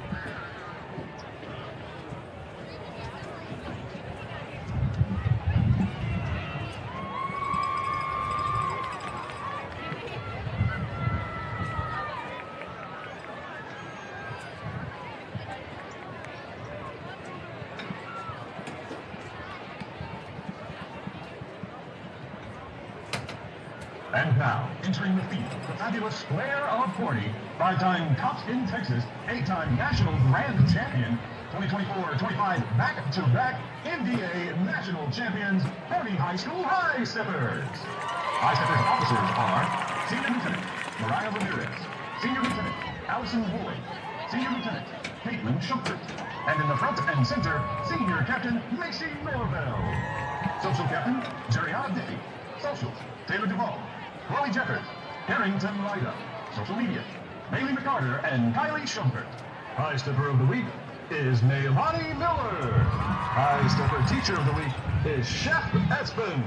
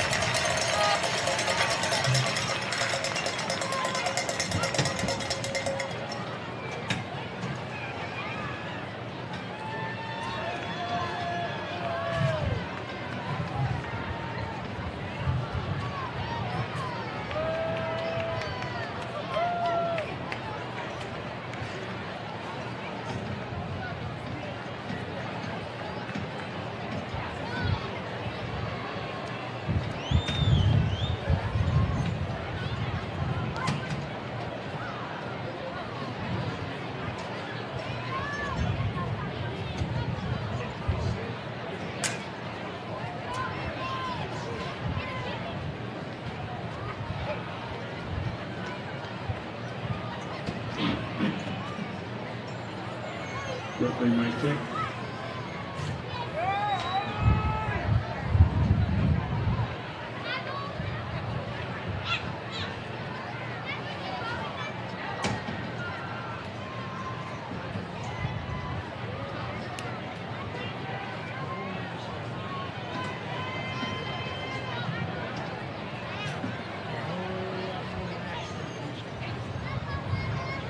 Ladies and gentlemen, for your halftime entertainment, we proudly present the Teeler Middle School Band, the Warren Middle School Band, and your Forney Band.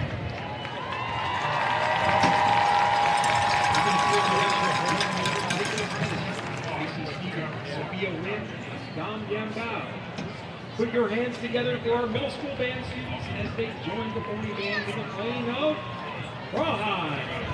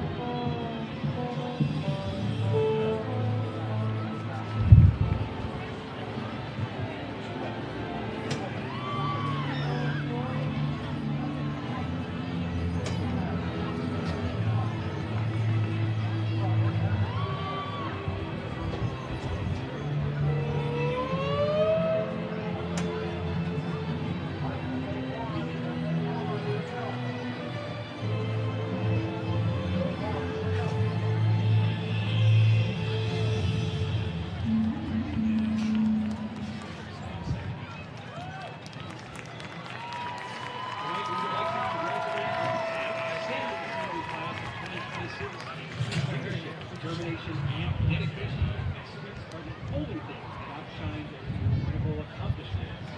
These seniors have led their band through the most challenging of times, and now the most successful seasons in the history of the Forney Band. Our senior marchers tonight will be performing in their traditional uniform.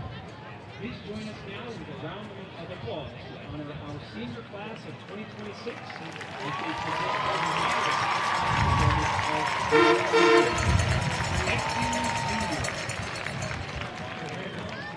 and now, Forney Band will be performing their 2025 field production entitled Thank the Young and Forgiven, featuring the music of Mozart, Beethoven, Ennio Morricone, Brian Tyler, Johnny Cash, and Metallica.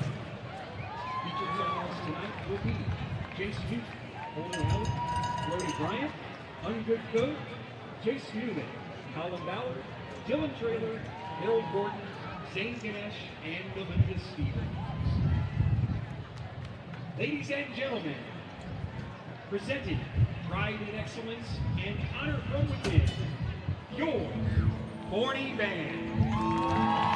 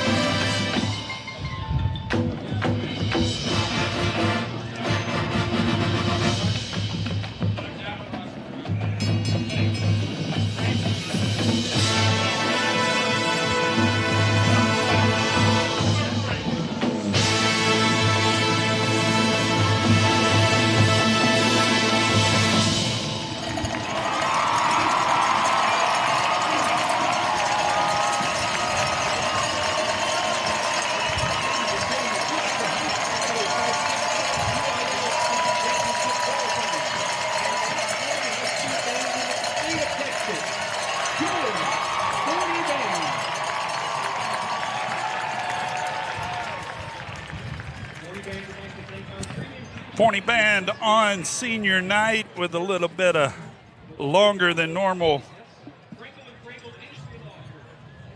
broadcast. And Justin Hawks first half came out. Forney Jackrabbits just flat punched them in the nose. Hawks responded late, but this is playoff football, and this playoff time of year. That's not going to get you a goal of football. Hawks received the kickoff to start the game, got 2 first downs on that first drive before being stopped around midfield. But their next 3 possessions would be 3 and outs, and it was very one-sided for a little while. The Hawks able to punch it in, though, right before halftime and get a 21-7 halftime score. 6 first downs in the first half for the Hawks, total of 99 yards, 91 of them through the air and only 8 on the ground. Forney Jackrabbits with 12 first downs, 183 yards, 98 through the air and 85 on the ground. Prosper Neal, 9 of 15, 60% completion percentage, 91 yards through the air. He also led the team in rushing with 3 rushing attempts for 15 yards and a touchdown. For Forney, Peterson, 8 of 11, a 73% completion percentage, 98 yards through the air and a touchdown. Javian Osborne, 15 carries, 63 yards, 2 touchdowns. And Amari Jail, 6 receptions, 77 yards, and a touchdown, leading the way for the Jackrabbits. So the team's coming back on the field. The Hawks going to kick off to start. Wouldn't it all be surprised to see an onside kick here as you got to empty out the bag that Coach Rodney Webb talks about. But the main thing, second half, keys to the game, got to come out with more intensity, and there is no room for error. Hawks 3 for 4 on onside kicks so far this year, so they've been successful the majority of the time, but whether they try the onside kick here or whether the defense just comes out and makes some adjustments, they've got to get a stop, they've got to get the ball back, and they need to score some points to make this one much more interesting.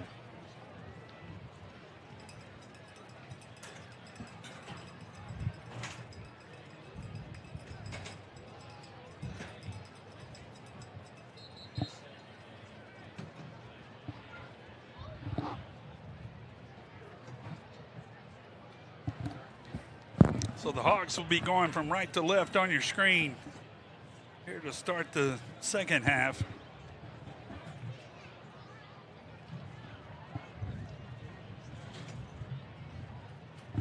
As the team now take the field to begin the second half of play, kicking for Heath, number 19, Bronson Mueller. Bronson Mueller and Braden Winters with the double kickoff setup. Jackrabbits definitely ready.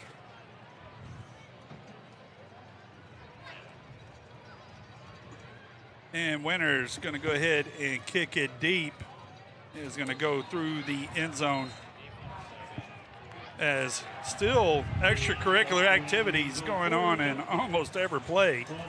You guys have mentioned it for the half, but Hawks going to have to answer the bell here. Been a lot of teen spirit, as they used to say, Shannon. A lot of 15-yard penalties in this one so far.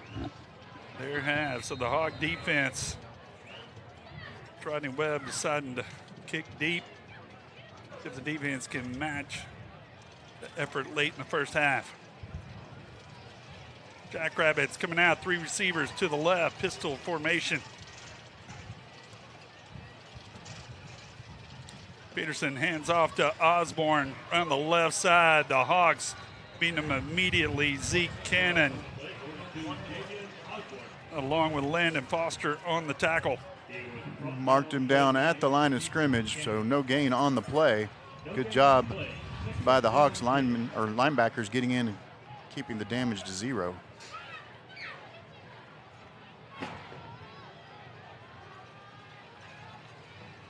Second down, 10.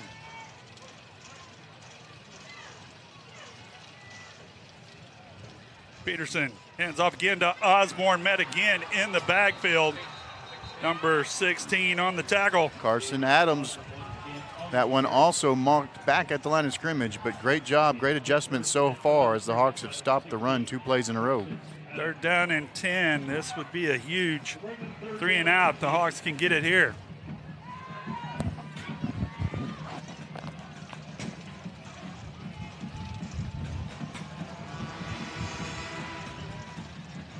Peterson with the faux clap and looks over to change the play. 2 receivers each side, 3rd down and 10. Hawks trying to get off the field. Peterson back to pass, looking on that slant again, has a man caught out, spins out of it and takes off down the sideline. Going to get caught at about the 10-yard line, but a huge catch and run by Cade Wolverton. And the Jackrabbits turn 3rd down and 10 into 1st and goal. Huge play for the Jackrabbits, but how about number 9, Luke Mitchell, running all the way down the field, making the tackle to save the touchdown.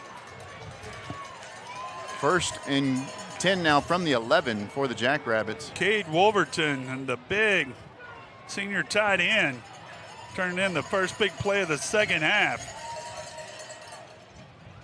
Peterson has had the middle of the field wide open tonight. Just underway here in the 3rd period. Peterson keeping on the right side. Going to be tackled down. They're going to mark him down to the 7-yard line. Going to be a gain of 4. Bring up 2nd down and 6 from the 7. They can get a 1st down inside the 1.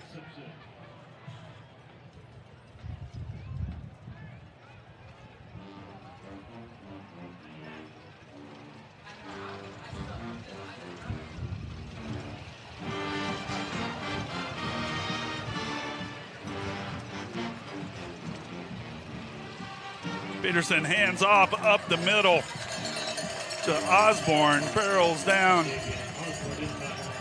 right around the 3-yard line. It's going to bring up 3rd down and 1. Just about a yard short.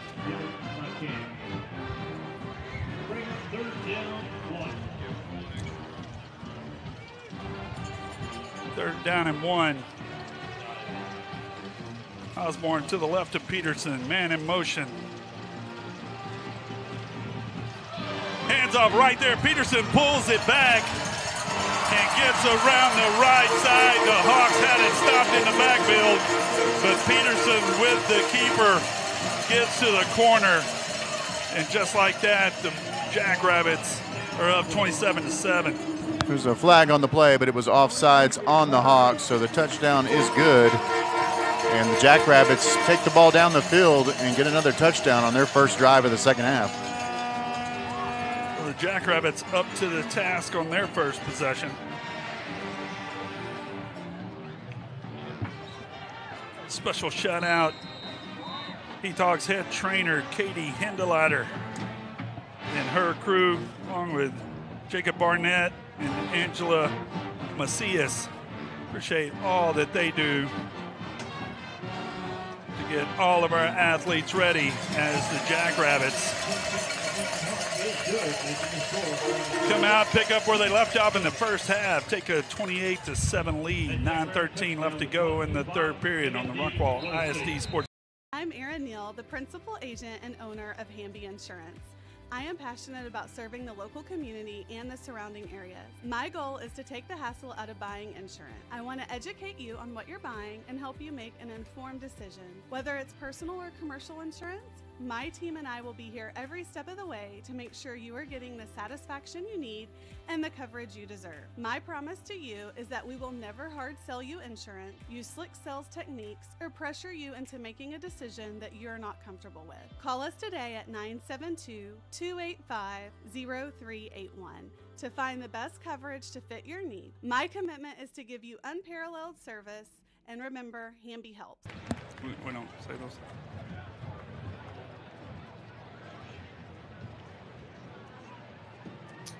Back at Citi Bank Stadium, the Hawks. Talk about those district standings.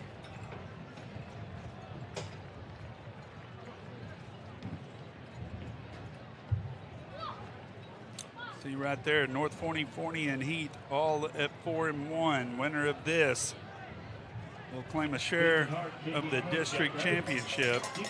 Forney already with the #1 seed in D2. The Hawks and North Forney Falcons will be the representatives in D1 as the Jackrabbits going to kick it out of bounds right around 31-yard line. And the Hawks will take over.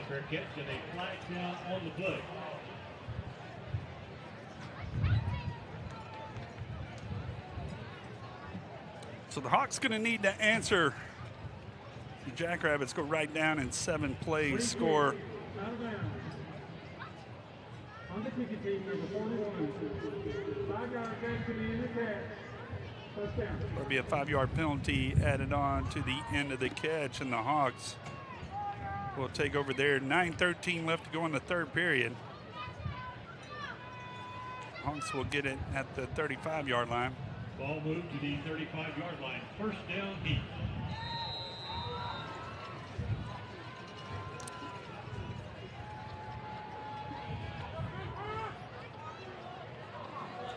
Hawks with the twins right. Man in motion. Zom's going to take it around the left side.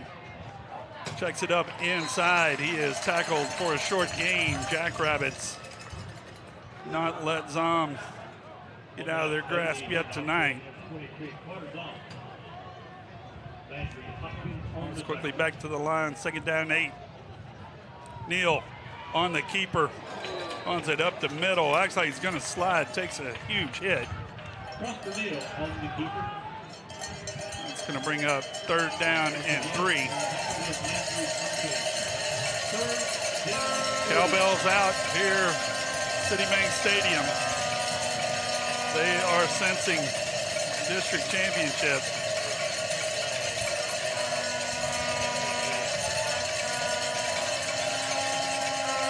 Pitch to Zom. He has the corner. Going to be enough for a first down right out at midfield as the Hawks caught the edge.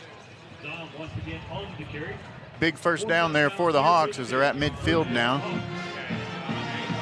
Quickly coming back to the line. Playoffs 1 week away.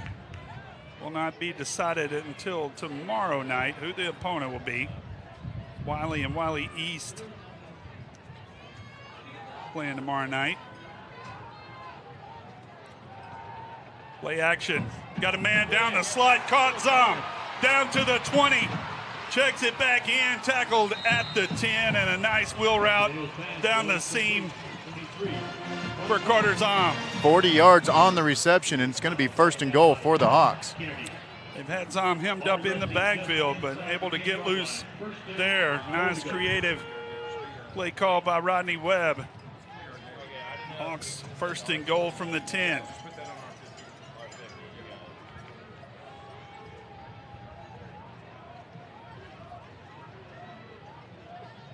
Neal looking over to the sideline, not sure about the play.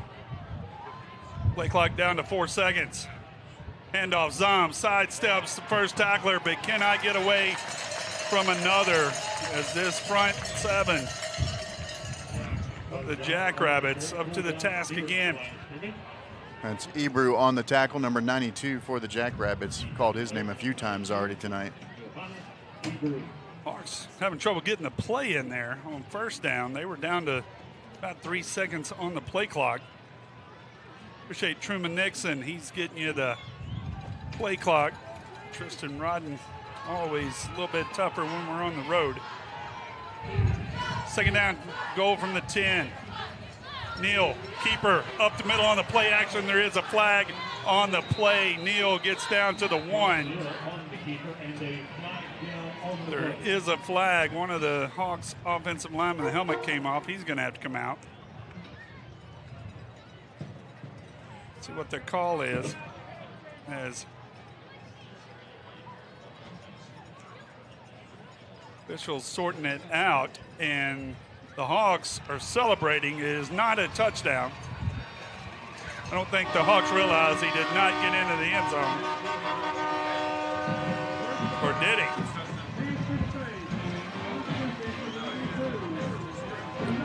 So it is a touchdown for Prosper Neal up the middle. Looked like he was tackled around the 2-yard line.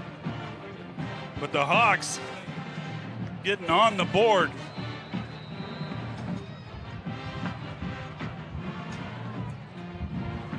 The extra point is good with 6:55 left to go in the third.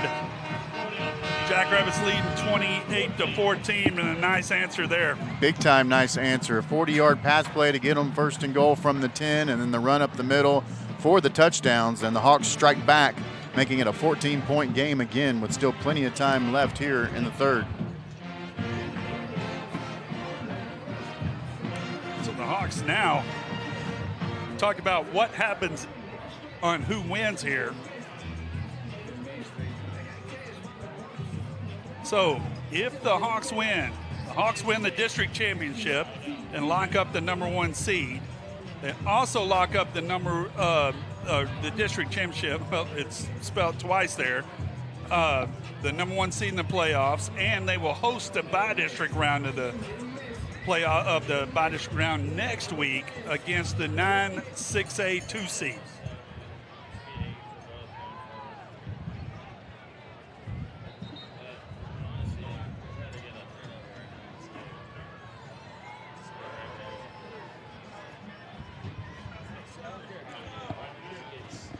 Well, because of the personal foul, the Hawks will be kicking off from the Jackrabbits 45-yard line.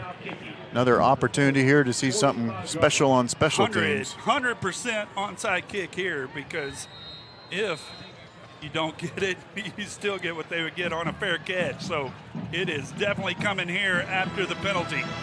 6:55 left. Hawks have cut the lead to 14. Big kickoff here.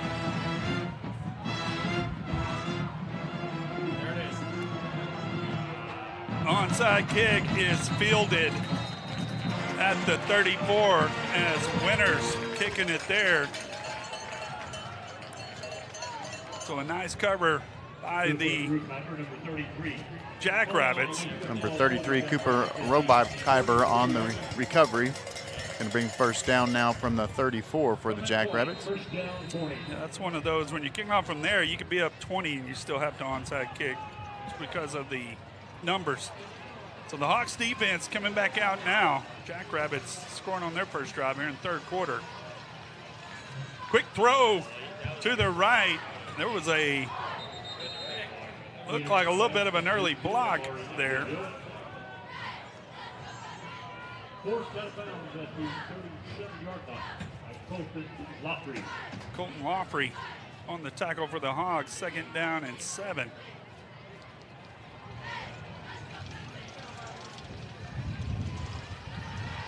Pistol formation. Osborne behind Peterson.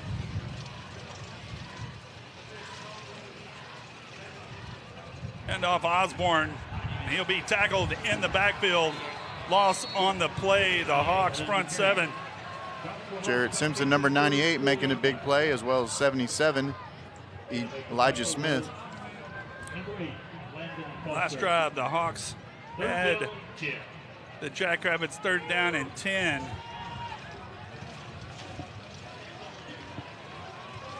For the tight end, got loose for a long pass. Cade Wolverton, number 0. Hawks trying to get another opportunity at 3 and out. 3rd down and 10, Rabbits. Peterson back to pass, looking flushed. He's going to be brought down in the backfield for the sack. Riley Black comes up with a huge defensive play for the Hawks. Big stop there for the Hawks, and the Jackrabbits are going to have to punt. Hawks with an opportunity to make this a 1-score game. If they can drive back down the field, take care of business. So new pep in the step over on the Hawks sideline. You're talking about a game of momentum. Hawks with a chance to take advantage here, lined up like they're coming after the punt, but they don't. They back off. Laughley getting everybody away, as that is going to roll down to the 33-yard line. So the Hawks defense doing their part now with 5:16. There's a dead ball and the clock is still rolling.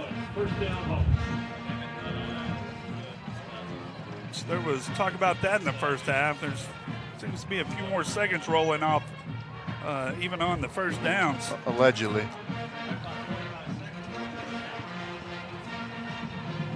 So 5:13 left to go in the third period. The Hawks can go down and score here. You got a holding ball game, Justin Webb. one first down at a time, but that's definitely what the Hawks need to do. Touchdown counts as a first down as well. I agree. Glad you could join us as the Hawks come out for their second possession of the second half. Handoff, Zom up the middle. Gets past the first line, rumbles his way forward for a gain of 13.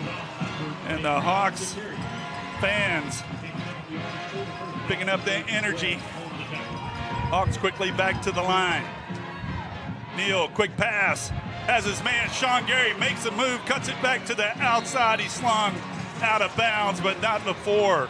Another first down, back-to-back big plays for the Hawks. Yeah, 12 yards on the run, 13 yards on the reception, and the Hawks moving quickly. Play action. Throwing down the right side, has a man, overthrows his intended receiver. I believe that was Sean Gary, just a little overthrown. I like the aggressiveness there, though. Hawks showing they're not going to go away easily.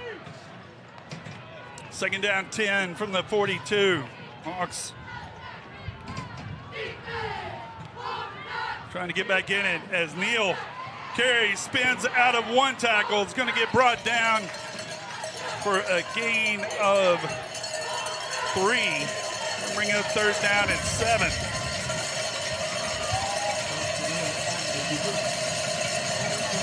.422 left to go in the third period. Hawks definitely 4-down territory here.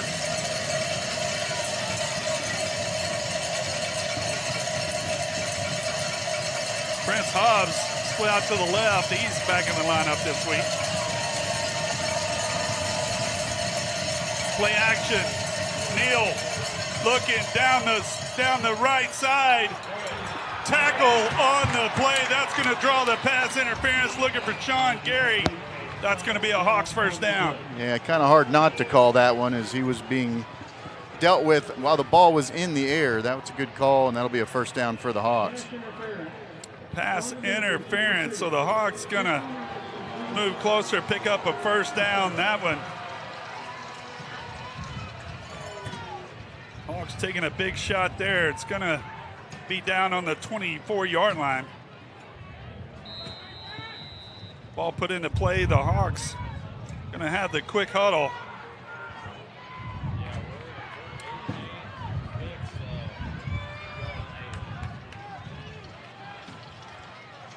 Handoff, Zom cuts it inside, tackled immediately. This front 7 of the Jackrabbits continuing to play in the Hawks backfield. That's going to be a loss of 2. Yeah, that defensive line just continues to get behind, and the Hawks had a couple linemen pulling, but the defensive line able to get behind the linemen and make the tackle. So second down and 12 now for the Hawks.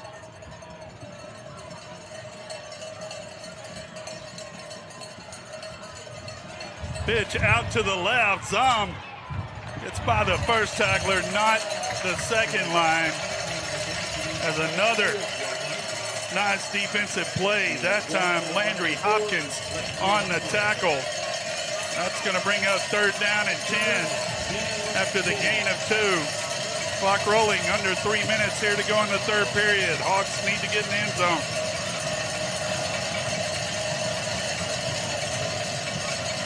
Shakers going wild.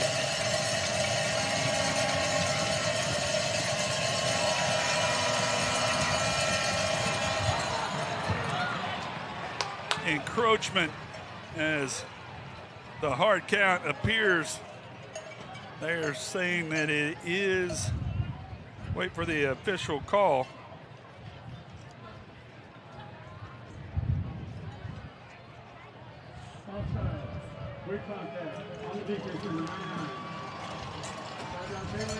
So that's going to make it third down and 5. The Hawks able to get them on the hard count. Third down and 5.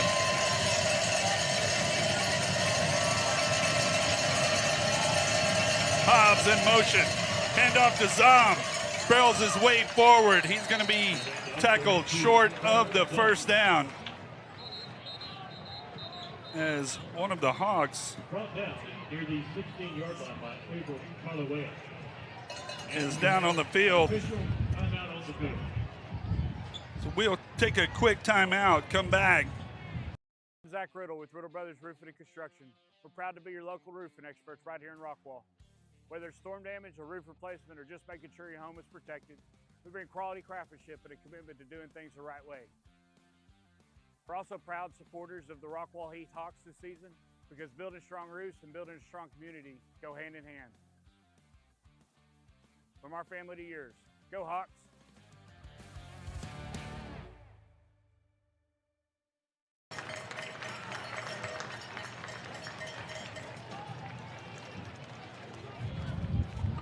So coming back to action, 2:23 left to go here in the third period. The Hawks going to have a 4th down and 2. Don't want to say it all comes down to this, but this is a big play for sure. Big moment in the game. The Hawks were down 21, scored right before the half. Both teams traded touchdowns. Now the Hawks, after defense holding last time, have a chance to cut this lead to 7. 4th down and 2 from the 16 of the Jackrabbits. Hawks quickly out of the huddle. Neal looks, throwing down the seam, and the flag comes out. Sean Gary draws the pass interference again on 4th down and 2. It's going to keep the Hawks drive alive. 2 different officials throwing the flags as another obvious pass interference there as Gary got tackled while the ball was in the air. But a big first down for the Hawks, and the drive will continue. Jackrabbit coaches calling for uncatchable. It is uncatchable when you're laying in the end zone. We'll put the ball down at the 2-yard line. 1st down and go from the 2. Hawks trying to make it a 1-score game here in the third period.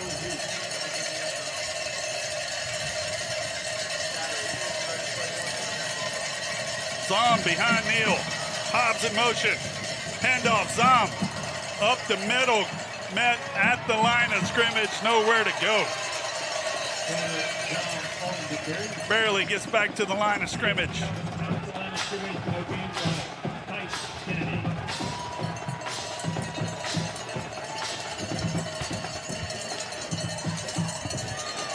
Second down, goal from the 2. Gonna be interested to go back and watch the film on this one.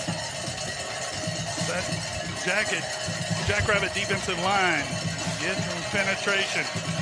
Hawks back to the line. Second down and goal from the 2.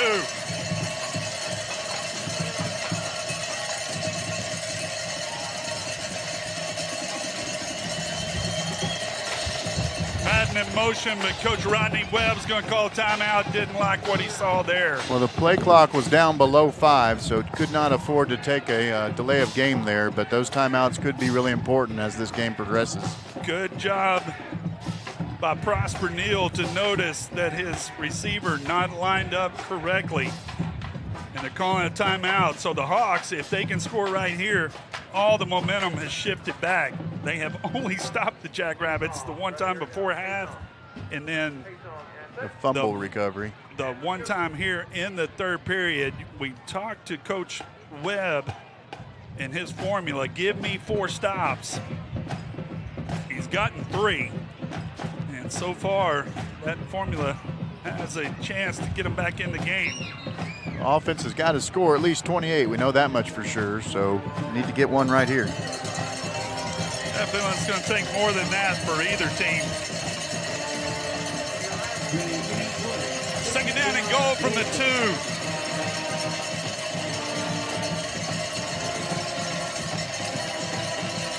Phillips, H-back in the backfield. Zom. Hobbs in motion. Handoff to Zom. Tries to take it up the middle. Nowhere to go. Tackled again at the line of scrimmage. Run up the middle, almost the same play as last time, and definitely the same result. Is no advancement of the ball is going to be 3rd down and 2.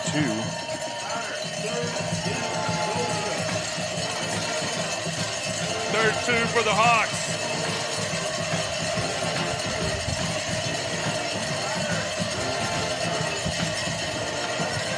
Flag on the play, false start. Gonna back them up. The Hawks have not gotten lined up correctly here. They're coming out of the huddle quick. Not sure if it's the noise. No, can't afford mistakes like this in playoff time. So 3rd down and go from the 7.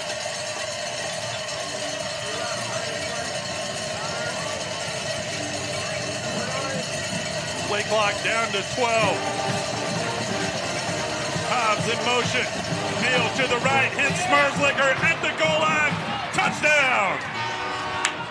Prosper Neal on the play action hits Smerslicker, gets it across the end zone, and the Hawks have cut it to a 1-score lead. That was a big play there, Shannon. Took the time. You could see Smerslicker coming out into the flat.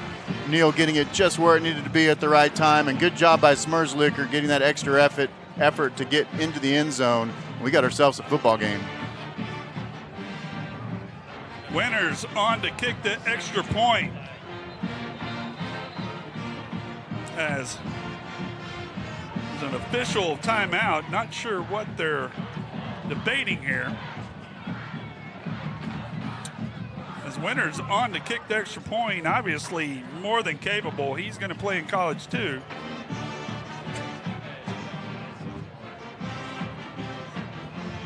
Not sure what the Forney coaches are out on the field. Not happy with something.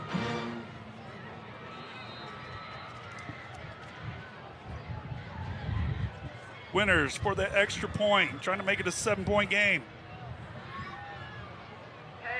Kick is blocked and is live, and a blocked extra point. We've seen them factor here in District 10 6A. So a big play by the Jackrabbits special teams, but the Hawks have answered the bell here in the 3rd quarter with 35 seconds left and made it an 8-point game and completely flipped the energy in the stadium. Yeah, momentum going the Hawks' way for sure. Going to have to get a touchdown and a 2-point conversion now to tie it, but scoring here for the 2nd time in the 2nd half, 35 seconds left in the 3rd quarter. Mendeliles texting in.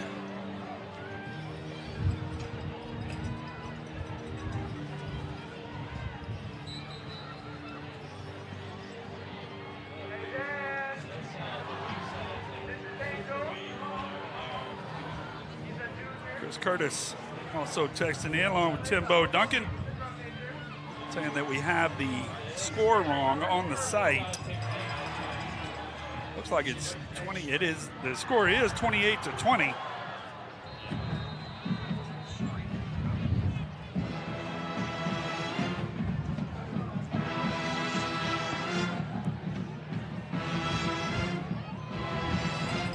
Kick deep out of the end zone.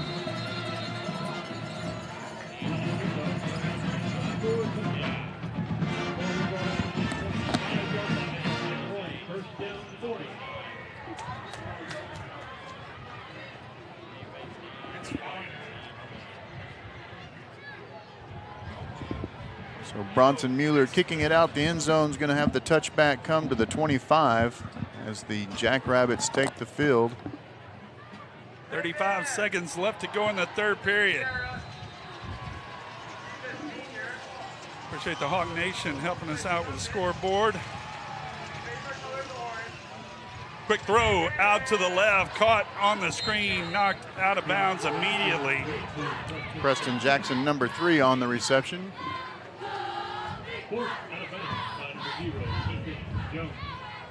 Quincy Jones, or excuse me, Keithon Jones on the tackle. So the Jackrabbits going to let the clock roll out. So the Hawks have answered the bell here in the 3rd period. They've cut the Jackrabbits lead to 8. 1 quarter left to play for the District 10 6A championship on the Rockwall ISD Sports Network. In you and our community is what sets Alliance Bank apart. We are community banking. That's why you can find us at nearly every event volunteering, sponsoring, and donating. Alliance Bank has been serving Rockwall County for over 16 years, and with your help, we have grown into the go-to bank for our community. Time to start a new business, time to expand your business, ready for a new home or a like new home, we will be there because that's who we are. Alliance Bank, your community bank. Member FDIC, equal housing lender.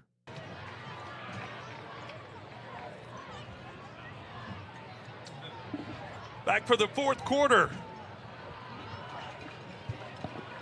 Hawks with 13 points in the third quarter versus 7 for the Jackrabbits, also able to increase their total yardage up to 189 yards. They had more yards in the third quarter than they did in the first half.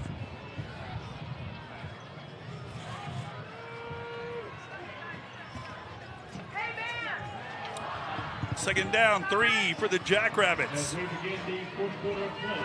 Second down, 3.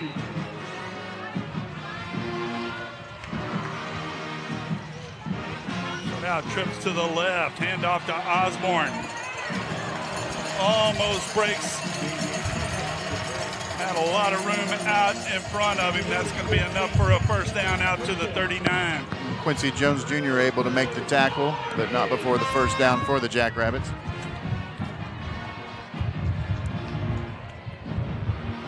Clock rolling. Just underway here in the fourth quarter. District 10 6A championship on the line.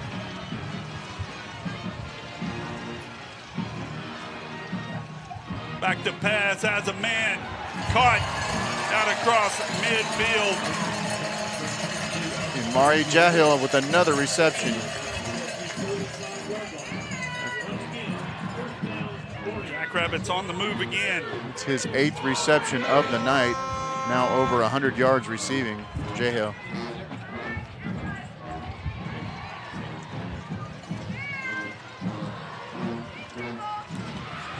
Trips to the right, pistol formation.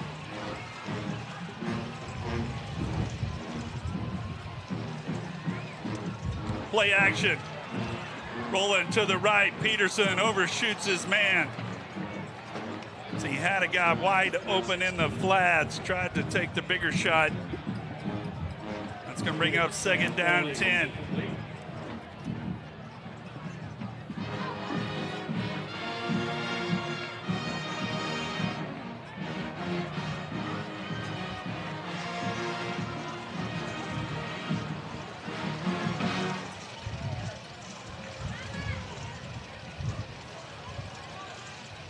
Peterson, play action, has a man on the slant, caught. Another 15-yard gain down inside the 30. Aaron Markson on the reception.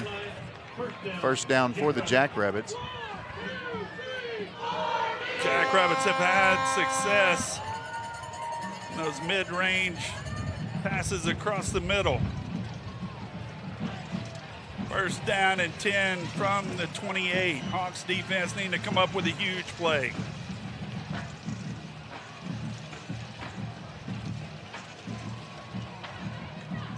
End off Osborne's going to get around the outside, and he is gone. Big block on the edge, and Javian Osborne puts the Jackrabbits up 14 with the extra point to come. That's his 3rd touchdown on the ground, able to get to the outside again and goes all the way for almost 30 yards for that one. He's now around 95 yards on the ground and 3 touchdowns on the night. Wolverton with that block on the point.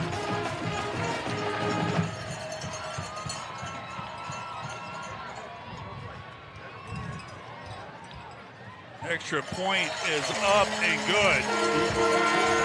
So with 10:35 left to go, Jackrabbits back up by 15. Rockwall SD Sports Network.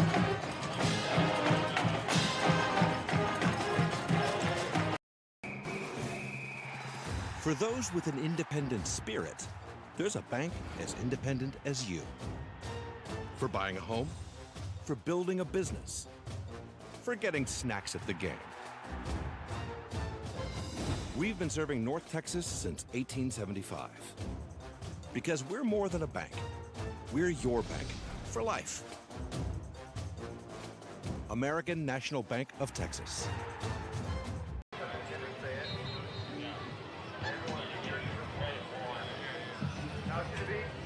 10:35 left to go in the fourth.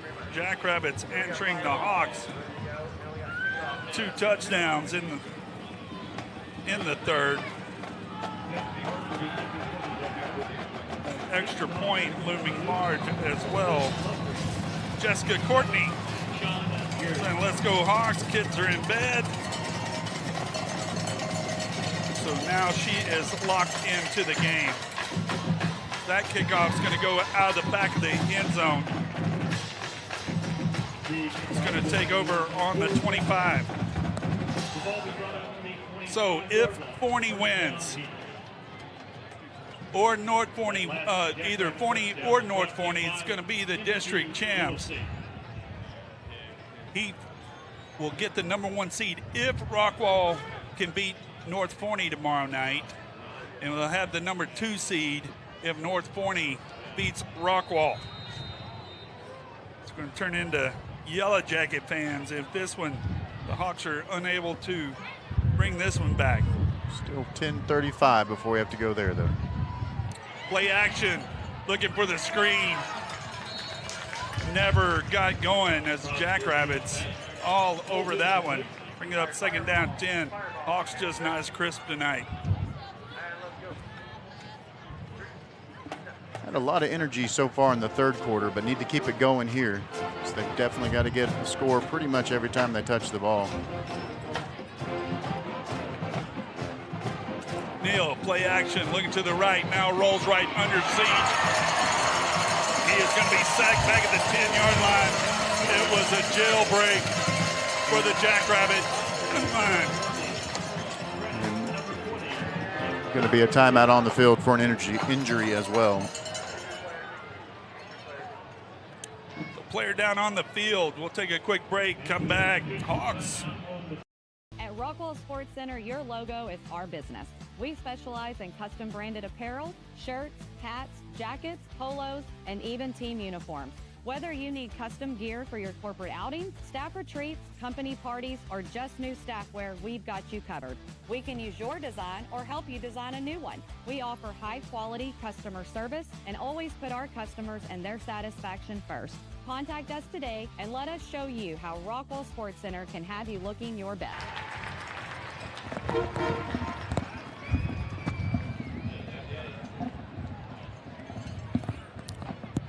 So Collins Jones going to check in for the Hawks as Prosper Neal gingerly walking off the field and on his own power. Collins Jones going to have the inevitable 3rd and 24 to deal with as well.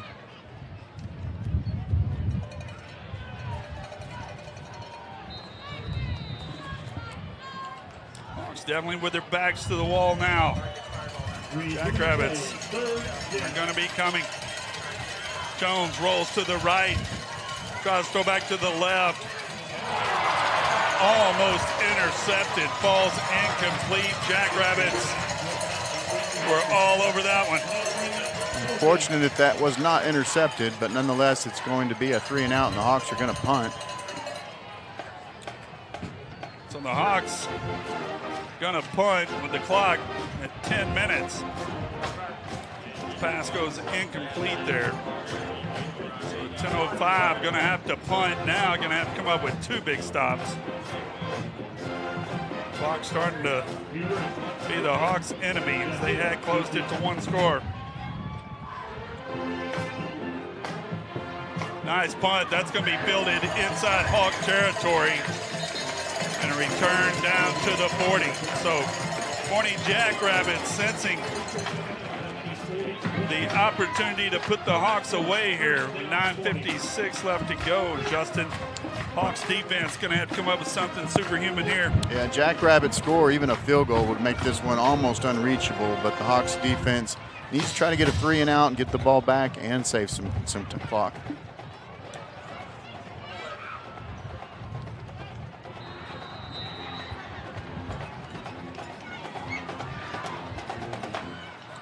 Peterson.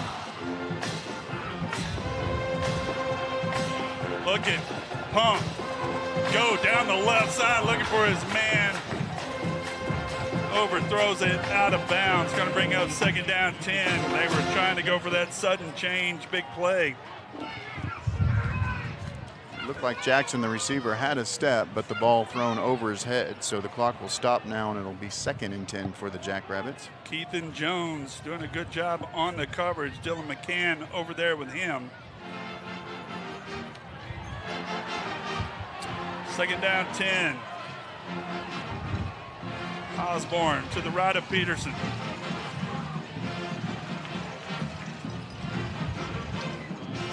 Peterson, keeper around the right side, tries to truck the wrong guy as number 9 having no part of it. Luke Mitchell on a big tackle there is going to bring up 3rd and long now for the Jackrabbits. 3rd down and 8. Hawks needing that first stop.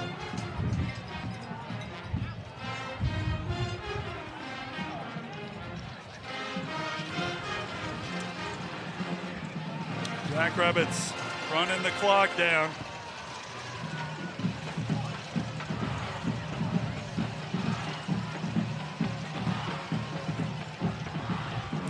Quick pass, overthrows his man on the slant route.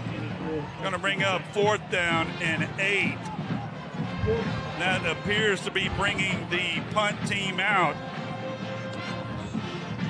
Nice job by the Hawks defense. A 3 and out for the Jackrabbits, and only a minute burned off the clock.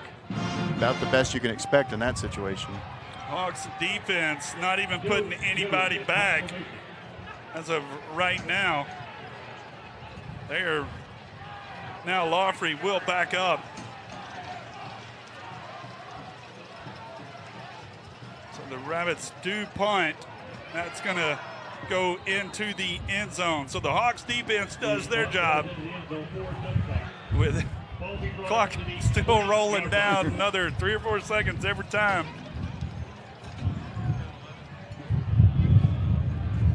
That ball was all the way out the back of the end zone. I looked up and the clock was still going. 10-second punt there. So 8:51 left to play. Hawks defense doing the first step. Now the Hawks offense has to go down. Collins Jones going to come back out. So Prosper Neal still on the sidelines.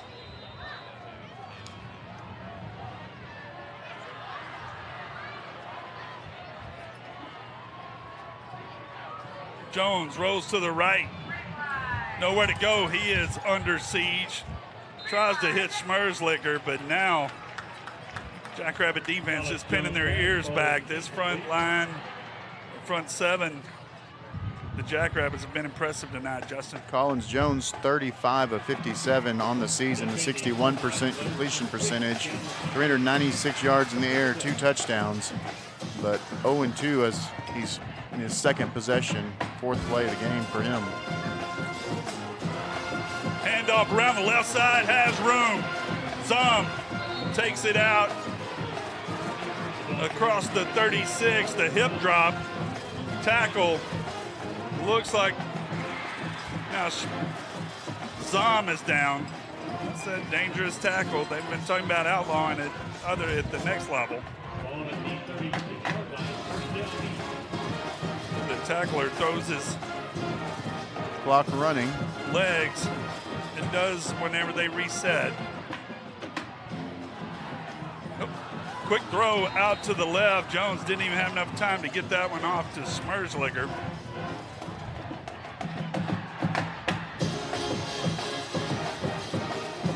Second down 10, Hawks. Need something big. Wamba in the backfield with Jones. Back to pass. Now rolls out to the right, tucks it under, out close to the first down marker. Going to be just about a yard shy, bring up 3rd down and 1. Yeah, that's a big run and making it 3rd and very achievable. Nice job by Jones there.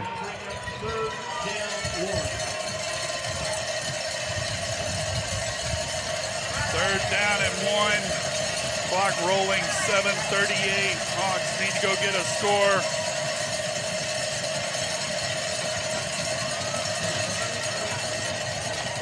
Hobbs on the fumble. Ruschke picks it up. He has a first down coming around the left side.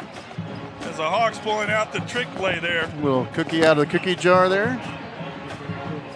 Don't think we've seen that one yet this season. Jones came rolling out of there. Hobbs with the delay. Little single wing action. Hawks with the first down. Jones rolls to the right. Has his man caught. Gary shakes one tackle. Now down the sidelines. One man to beat. Down to the 15-yard line. Great catch and run by Sean Gary, and the Hawks are in business down to 16, quickly back to the line. Nice reception, nice yards after the catch. They marked him down at the 16. Hawks in business. Zom back in at running back. Run to the left, cuts it back inside. It's going to be a gain of about 4.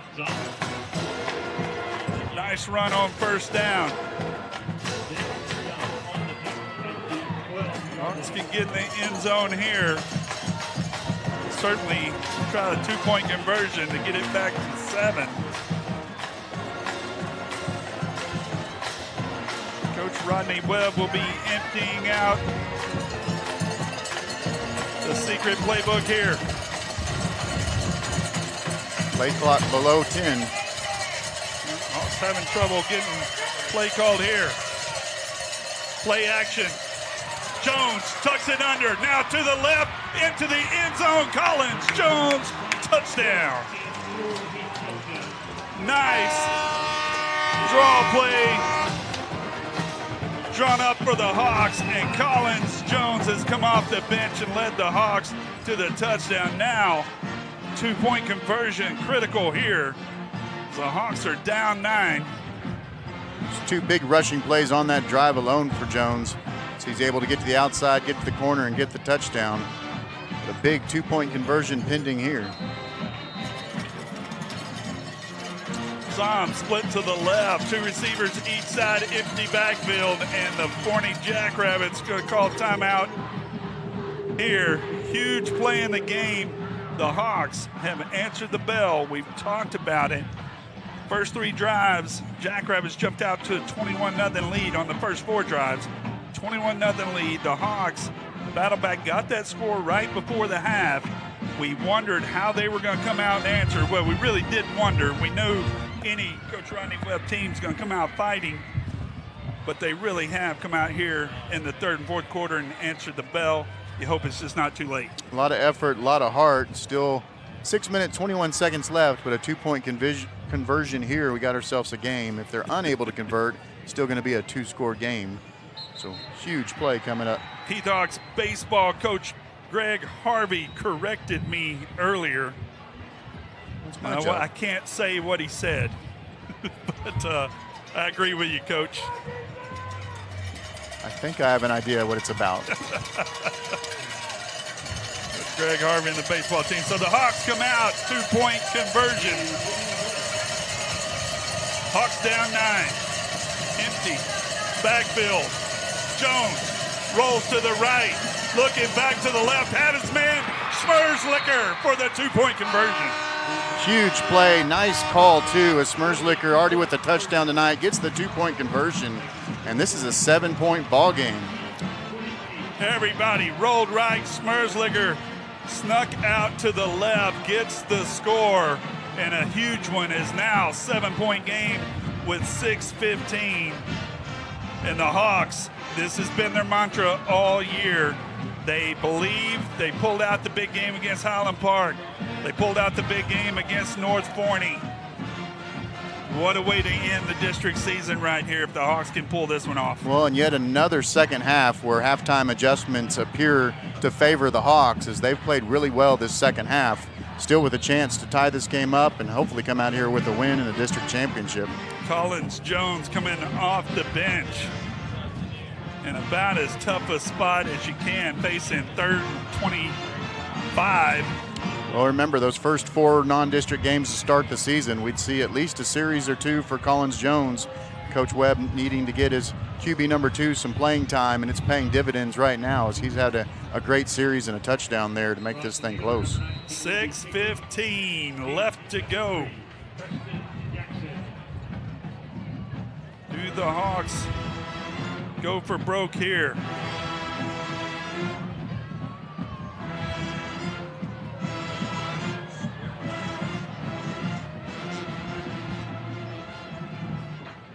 There's the onside kick over to the right. It's going to be fielded at the 46-yard line.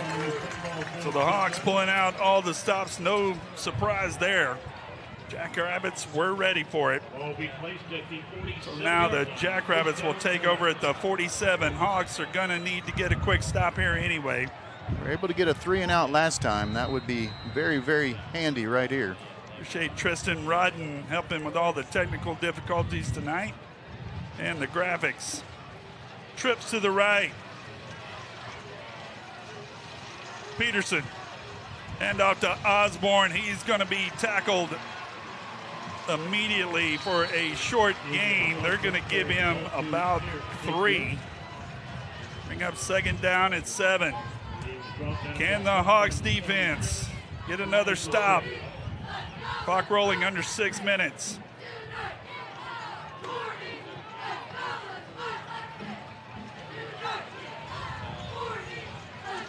Jackrabbits in no big hurry.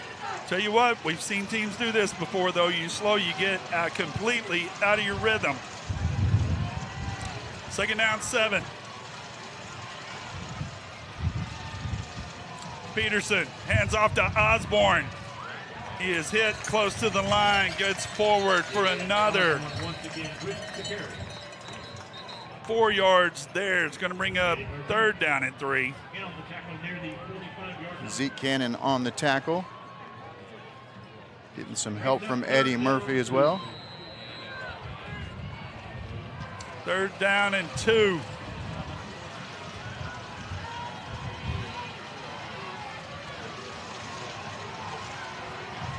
The clock had stopped. Nope, it is rolling now. Not sure why it had done that. Making up for lost time. Play clock rolling. 13, 12, 11. Big play for the Hawks defense. Keeper for Peterson has room. Gets around the outside. He's going to go for a touchdown. Nelson Peterson Jr. with a big run for the Jackrabbit touchdown.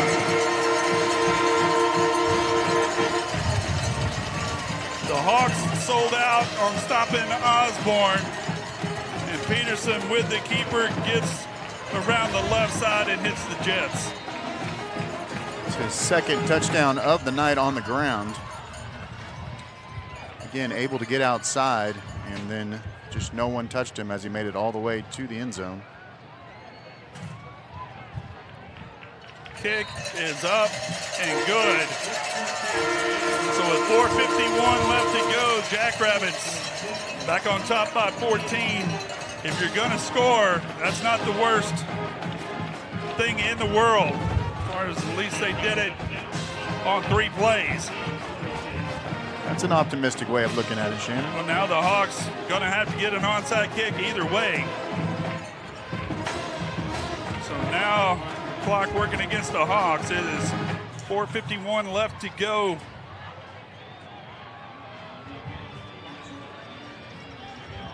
Both teams going to the playoffs as the seeding was already set in Division II. The Jackrabbits going to have the 1 seed. Longview Lobos the 2 seed. Then in Division I,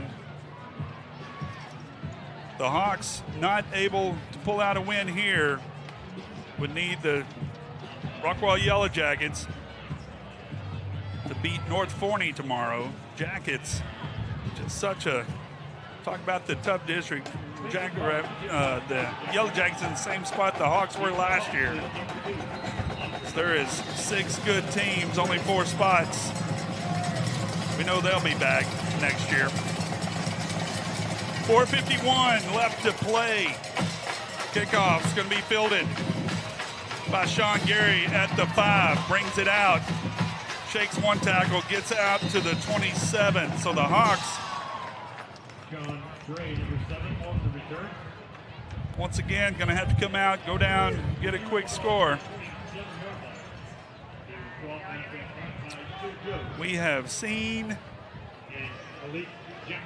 Stranger Things. a lot stranger things. It's a good show.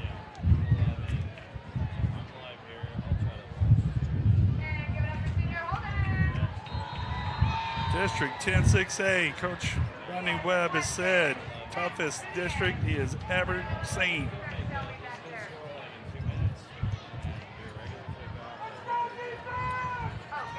.445 left to play. Collins Jones. Play action, looking down the left side, throws it deep, overthrows Lozano. Covered well. Up second down 10.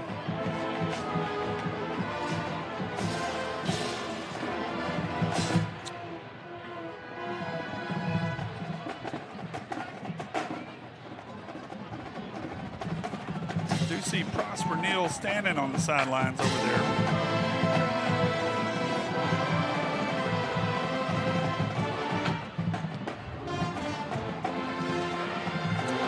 Jones, play action, looking down the left side, has a man in the slot, wide open, caught, incomplete. Sean Gary was so wide open, waiting on the ball. And that's a big one. See the replay here. He had to come back, tried to make the adjustment to get it, and it looks like maybe the ball got kicked out there at the end as he was coming down, but ball hit the ground, incomplete. That would have been a big play. So it's going to bring up 3rd and 10 now for the Hawks. The defender had fallen down. 3rd down and 10.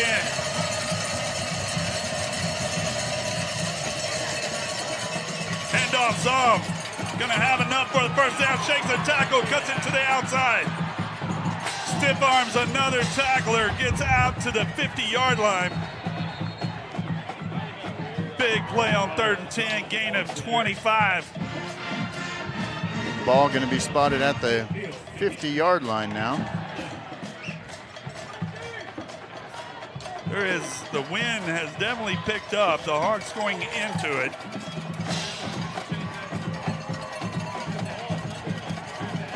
Looking. Jones coming out to the right, throws it away.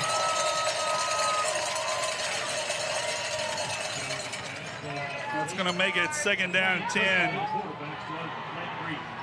Nice job by Landry Hopkins, the linebacker, forcing Jones just to throw that ball away.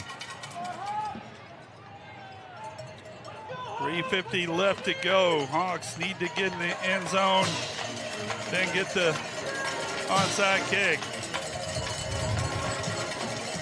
No quit in this team.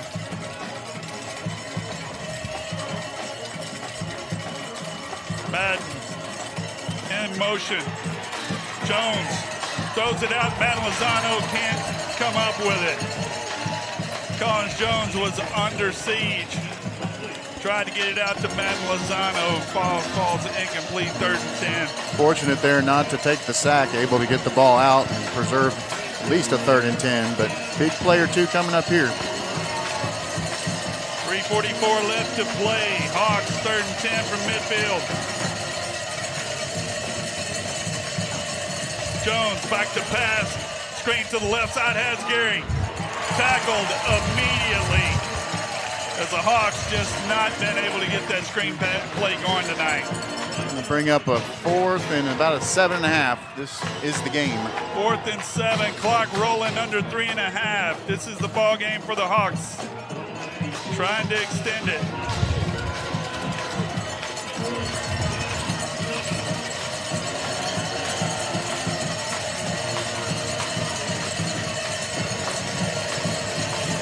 Jones rolling to the right, throwing down to the post. Receiver falls down, no penalties. And the Hawks are going to turn it over on downs. 3 minutes, 2 seconds left. Hawks only with 2 timeouts. And the Jackrabbits will take over almost at midfield, already with a 2-score lead. So we've talked about it. Hawks controlled their own destiny here tonight. 3:02 left. If the Jackrabbits are able to run this one out, the Hawks need the Rockwall Yellow Jackets to beat the North Forney Falcons tomorrow.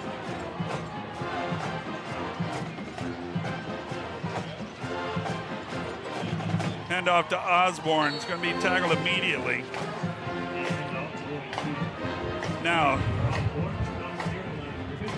who the Hawks would play in the playoffs next week will not be decided until tomorrow night either way, as Wiley taking on Wiley East. Wiley East is 9-0 on the season.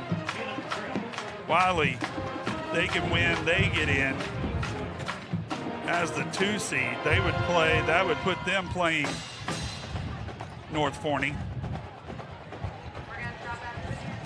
The Hawks would be in line to play Saxe. But most likely, as a throw across the middle falls incomplete. Interesting play call there. So the clock will stop. If Wiley East goes ahead and closes out their perfect season against Wiley.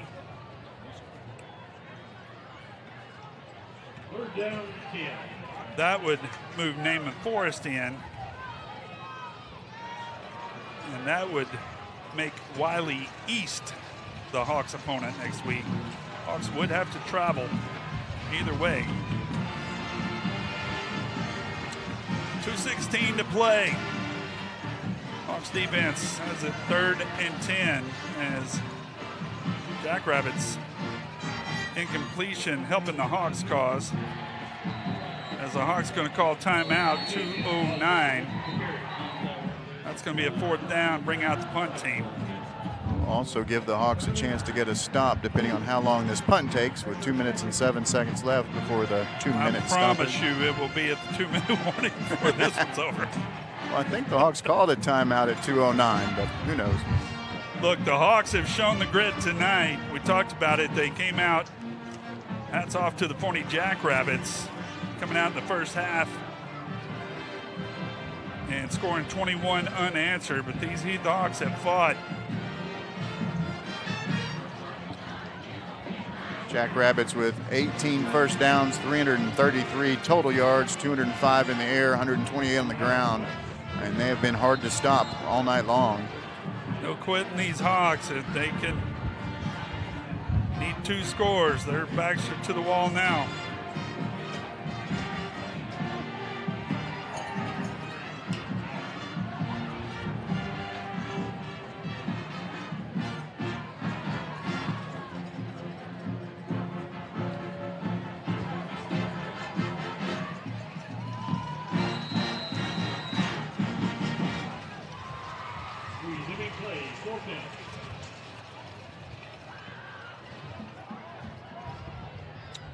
Caught out of the air is Lawfrey.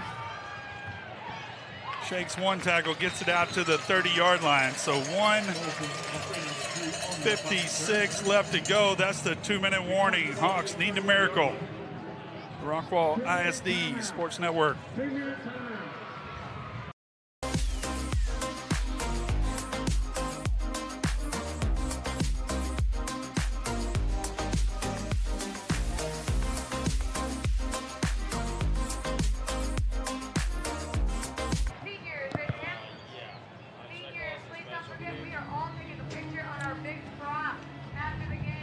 So the Hawks getting the ball back, 1:56 left to go. Need to get down the field quickly. They do have 2 timeouts. Had to use one earlier in the half.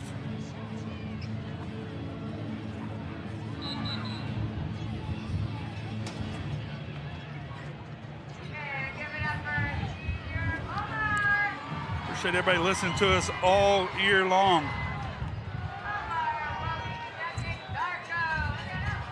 Unique play, first down, Heath.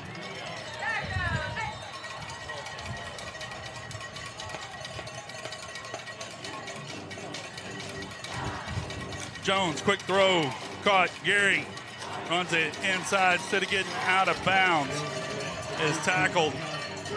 Gonna make it second down 5. Hawks gonna have to hurry back to the line.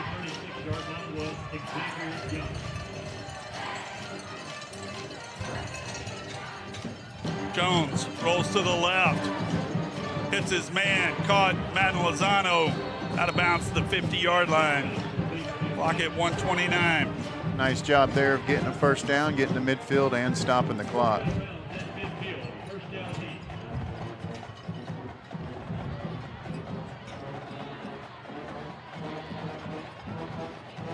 Jones looking down the right, under siege, gonna be tackled.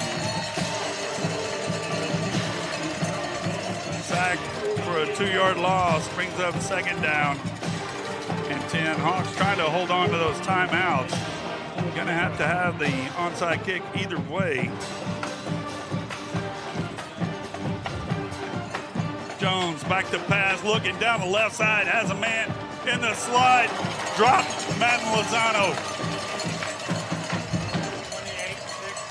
Nice job by the safety getting over. Might have just got a fingertip on it. That's Tice Kennedy, number 28, making a big play there.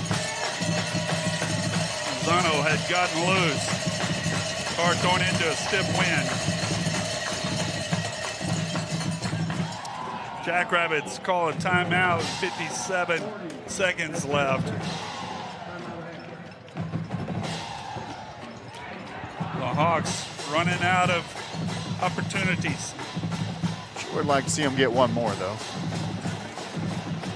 Congratulations to Superintendent Dr. J.J. Villarreal, all the teachers, parents, students, everybody, as the Vader passed this week. So appreciate our community standing up for the teachers and the kids.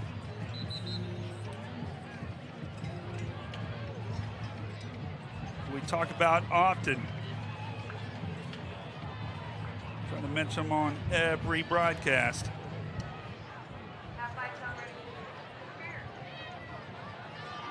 Chief Brandon Siri over at the Heath DPS and his crew.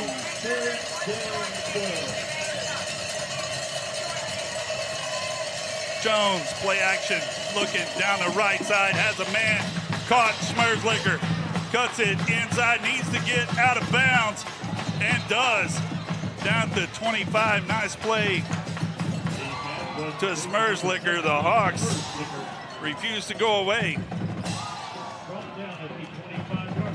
46 seconds on the clock. Jones throws to the left, looking. That ball apparently gets loose. And the Jackrabbits have recovered it.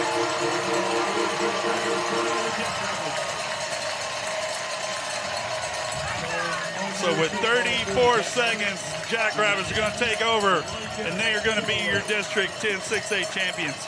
Jackrabbits will improve to 8-2 on the season, 5-1 in District 10-6A. Hawks will fall to 7-3 overall, 4-2 in District 10-6A, and I'll be rooting for the North Forney Falcons to lose. That is correct. Either way, the Hawks going to have to regroup. This is playoff time. They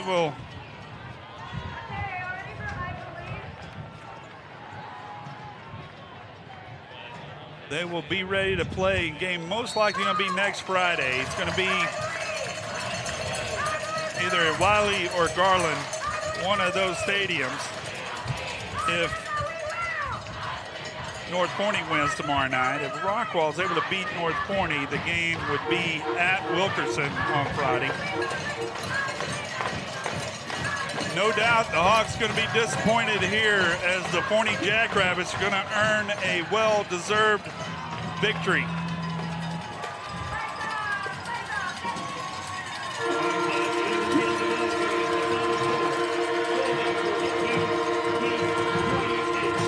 So the final score is going to be 42-28 Jackrabbits. We're going to go ahead and wrap it up from here. The Hawks will be in the playoffs, but disappointed nonetheless tonight, Justin. Well, showed a lot of heart in the second half, but Forney Jackrabbits just too much tonight as they end up scoring 21 in the first half and 21 in the second half on their way to a 42-28 victory over the Rockwall Heath Hawks. We want to thank everybody for joining us for another edition of Heath Hawks football. For Superintendent John Villarreal, Athletic Director Greg Priest, Chris Curtis, Lisa Trammell, the entire administration, teachers, coaches, firemen, police officers, and volunteers who serve to make our community a great place to live and raise our families. For Brian James behind the camera, Tristan Rodden on the board, and Justin Webb, this is Shannon Rodden saying so long from Forney. We will see you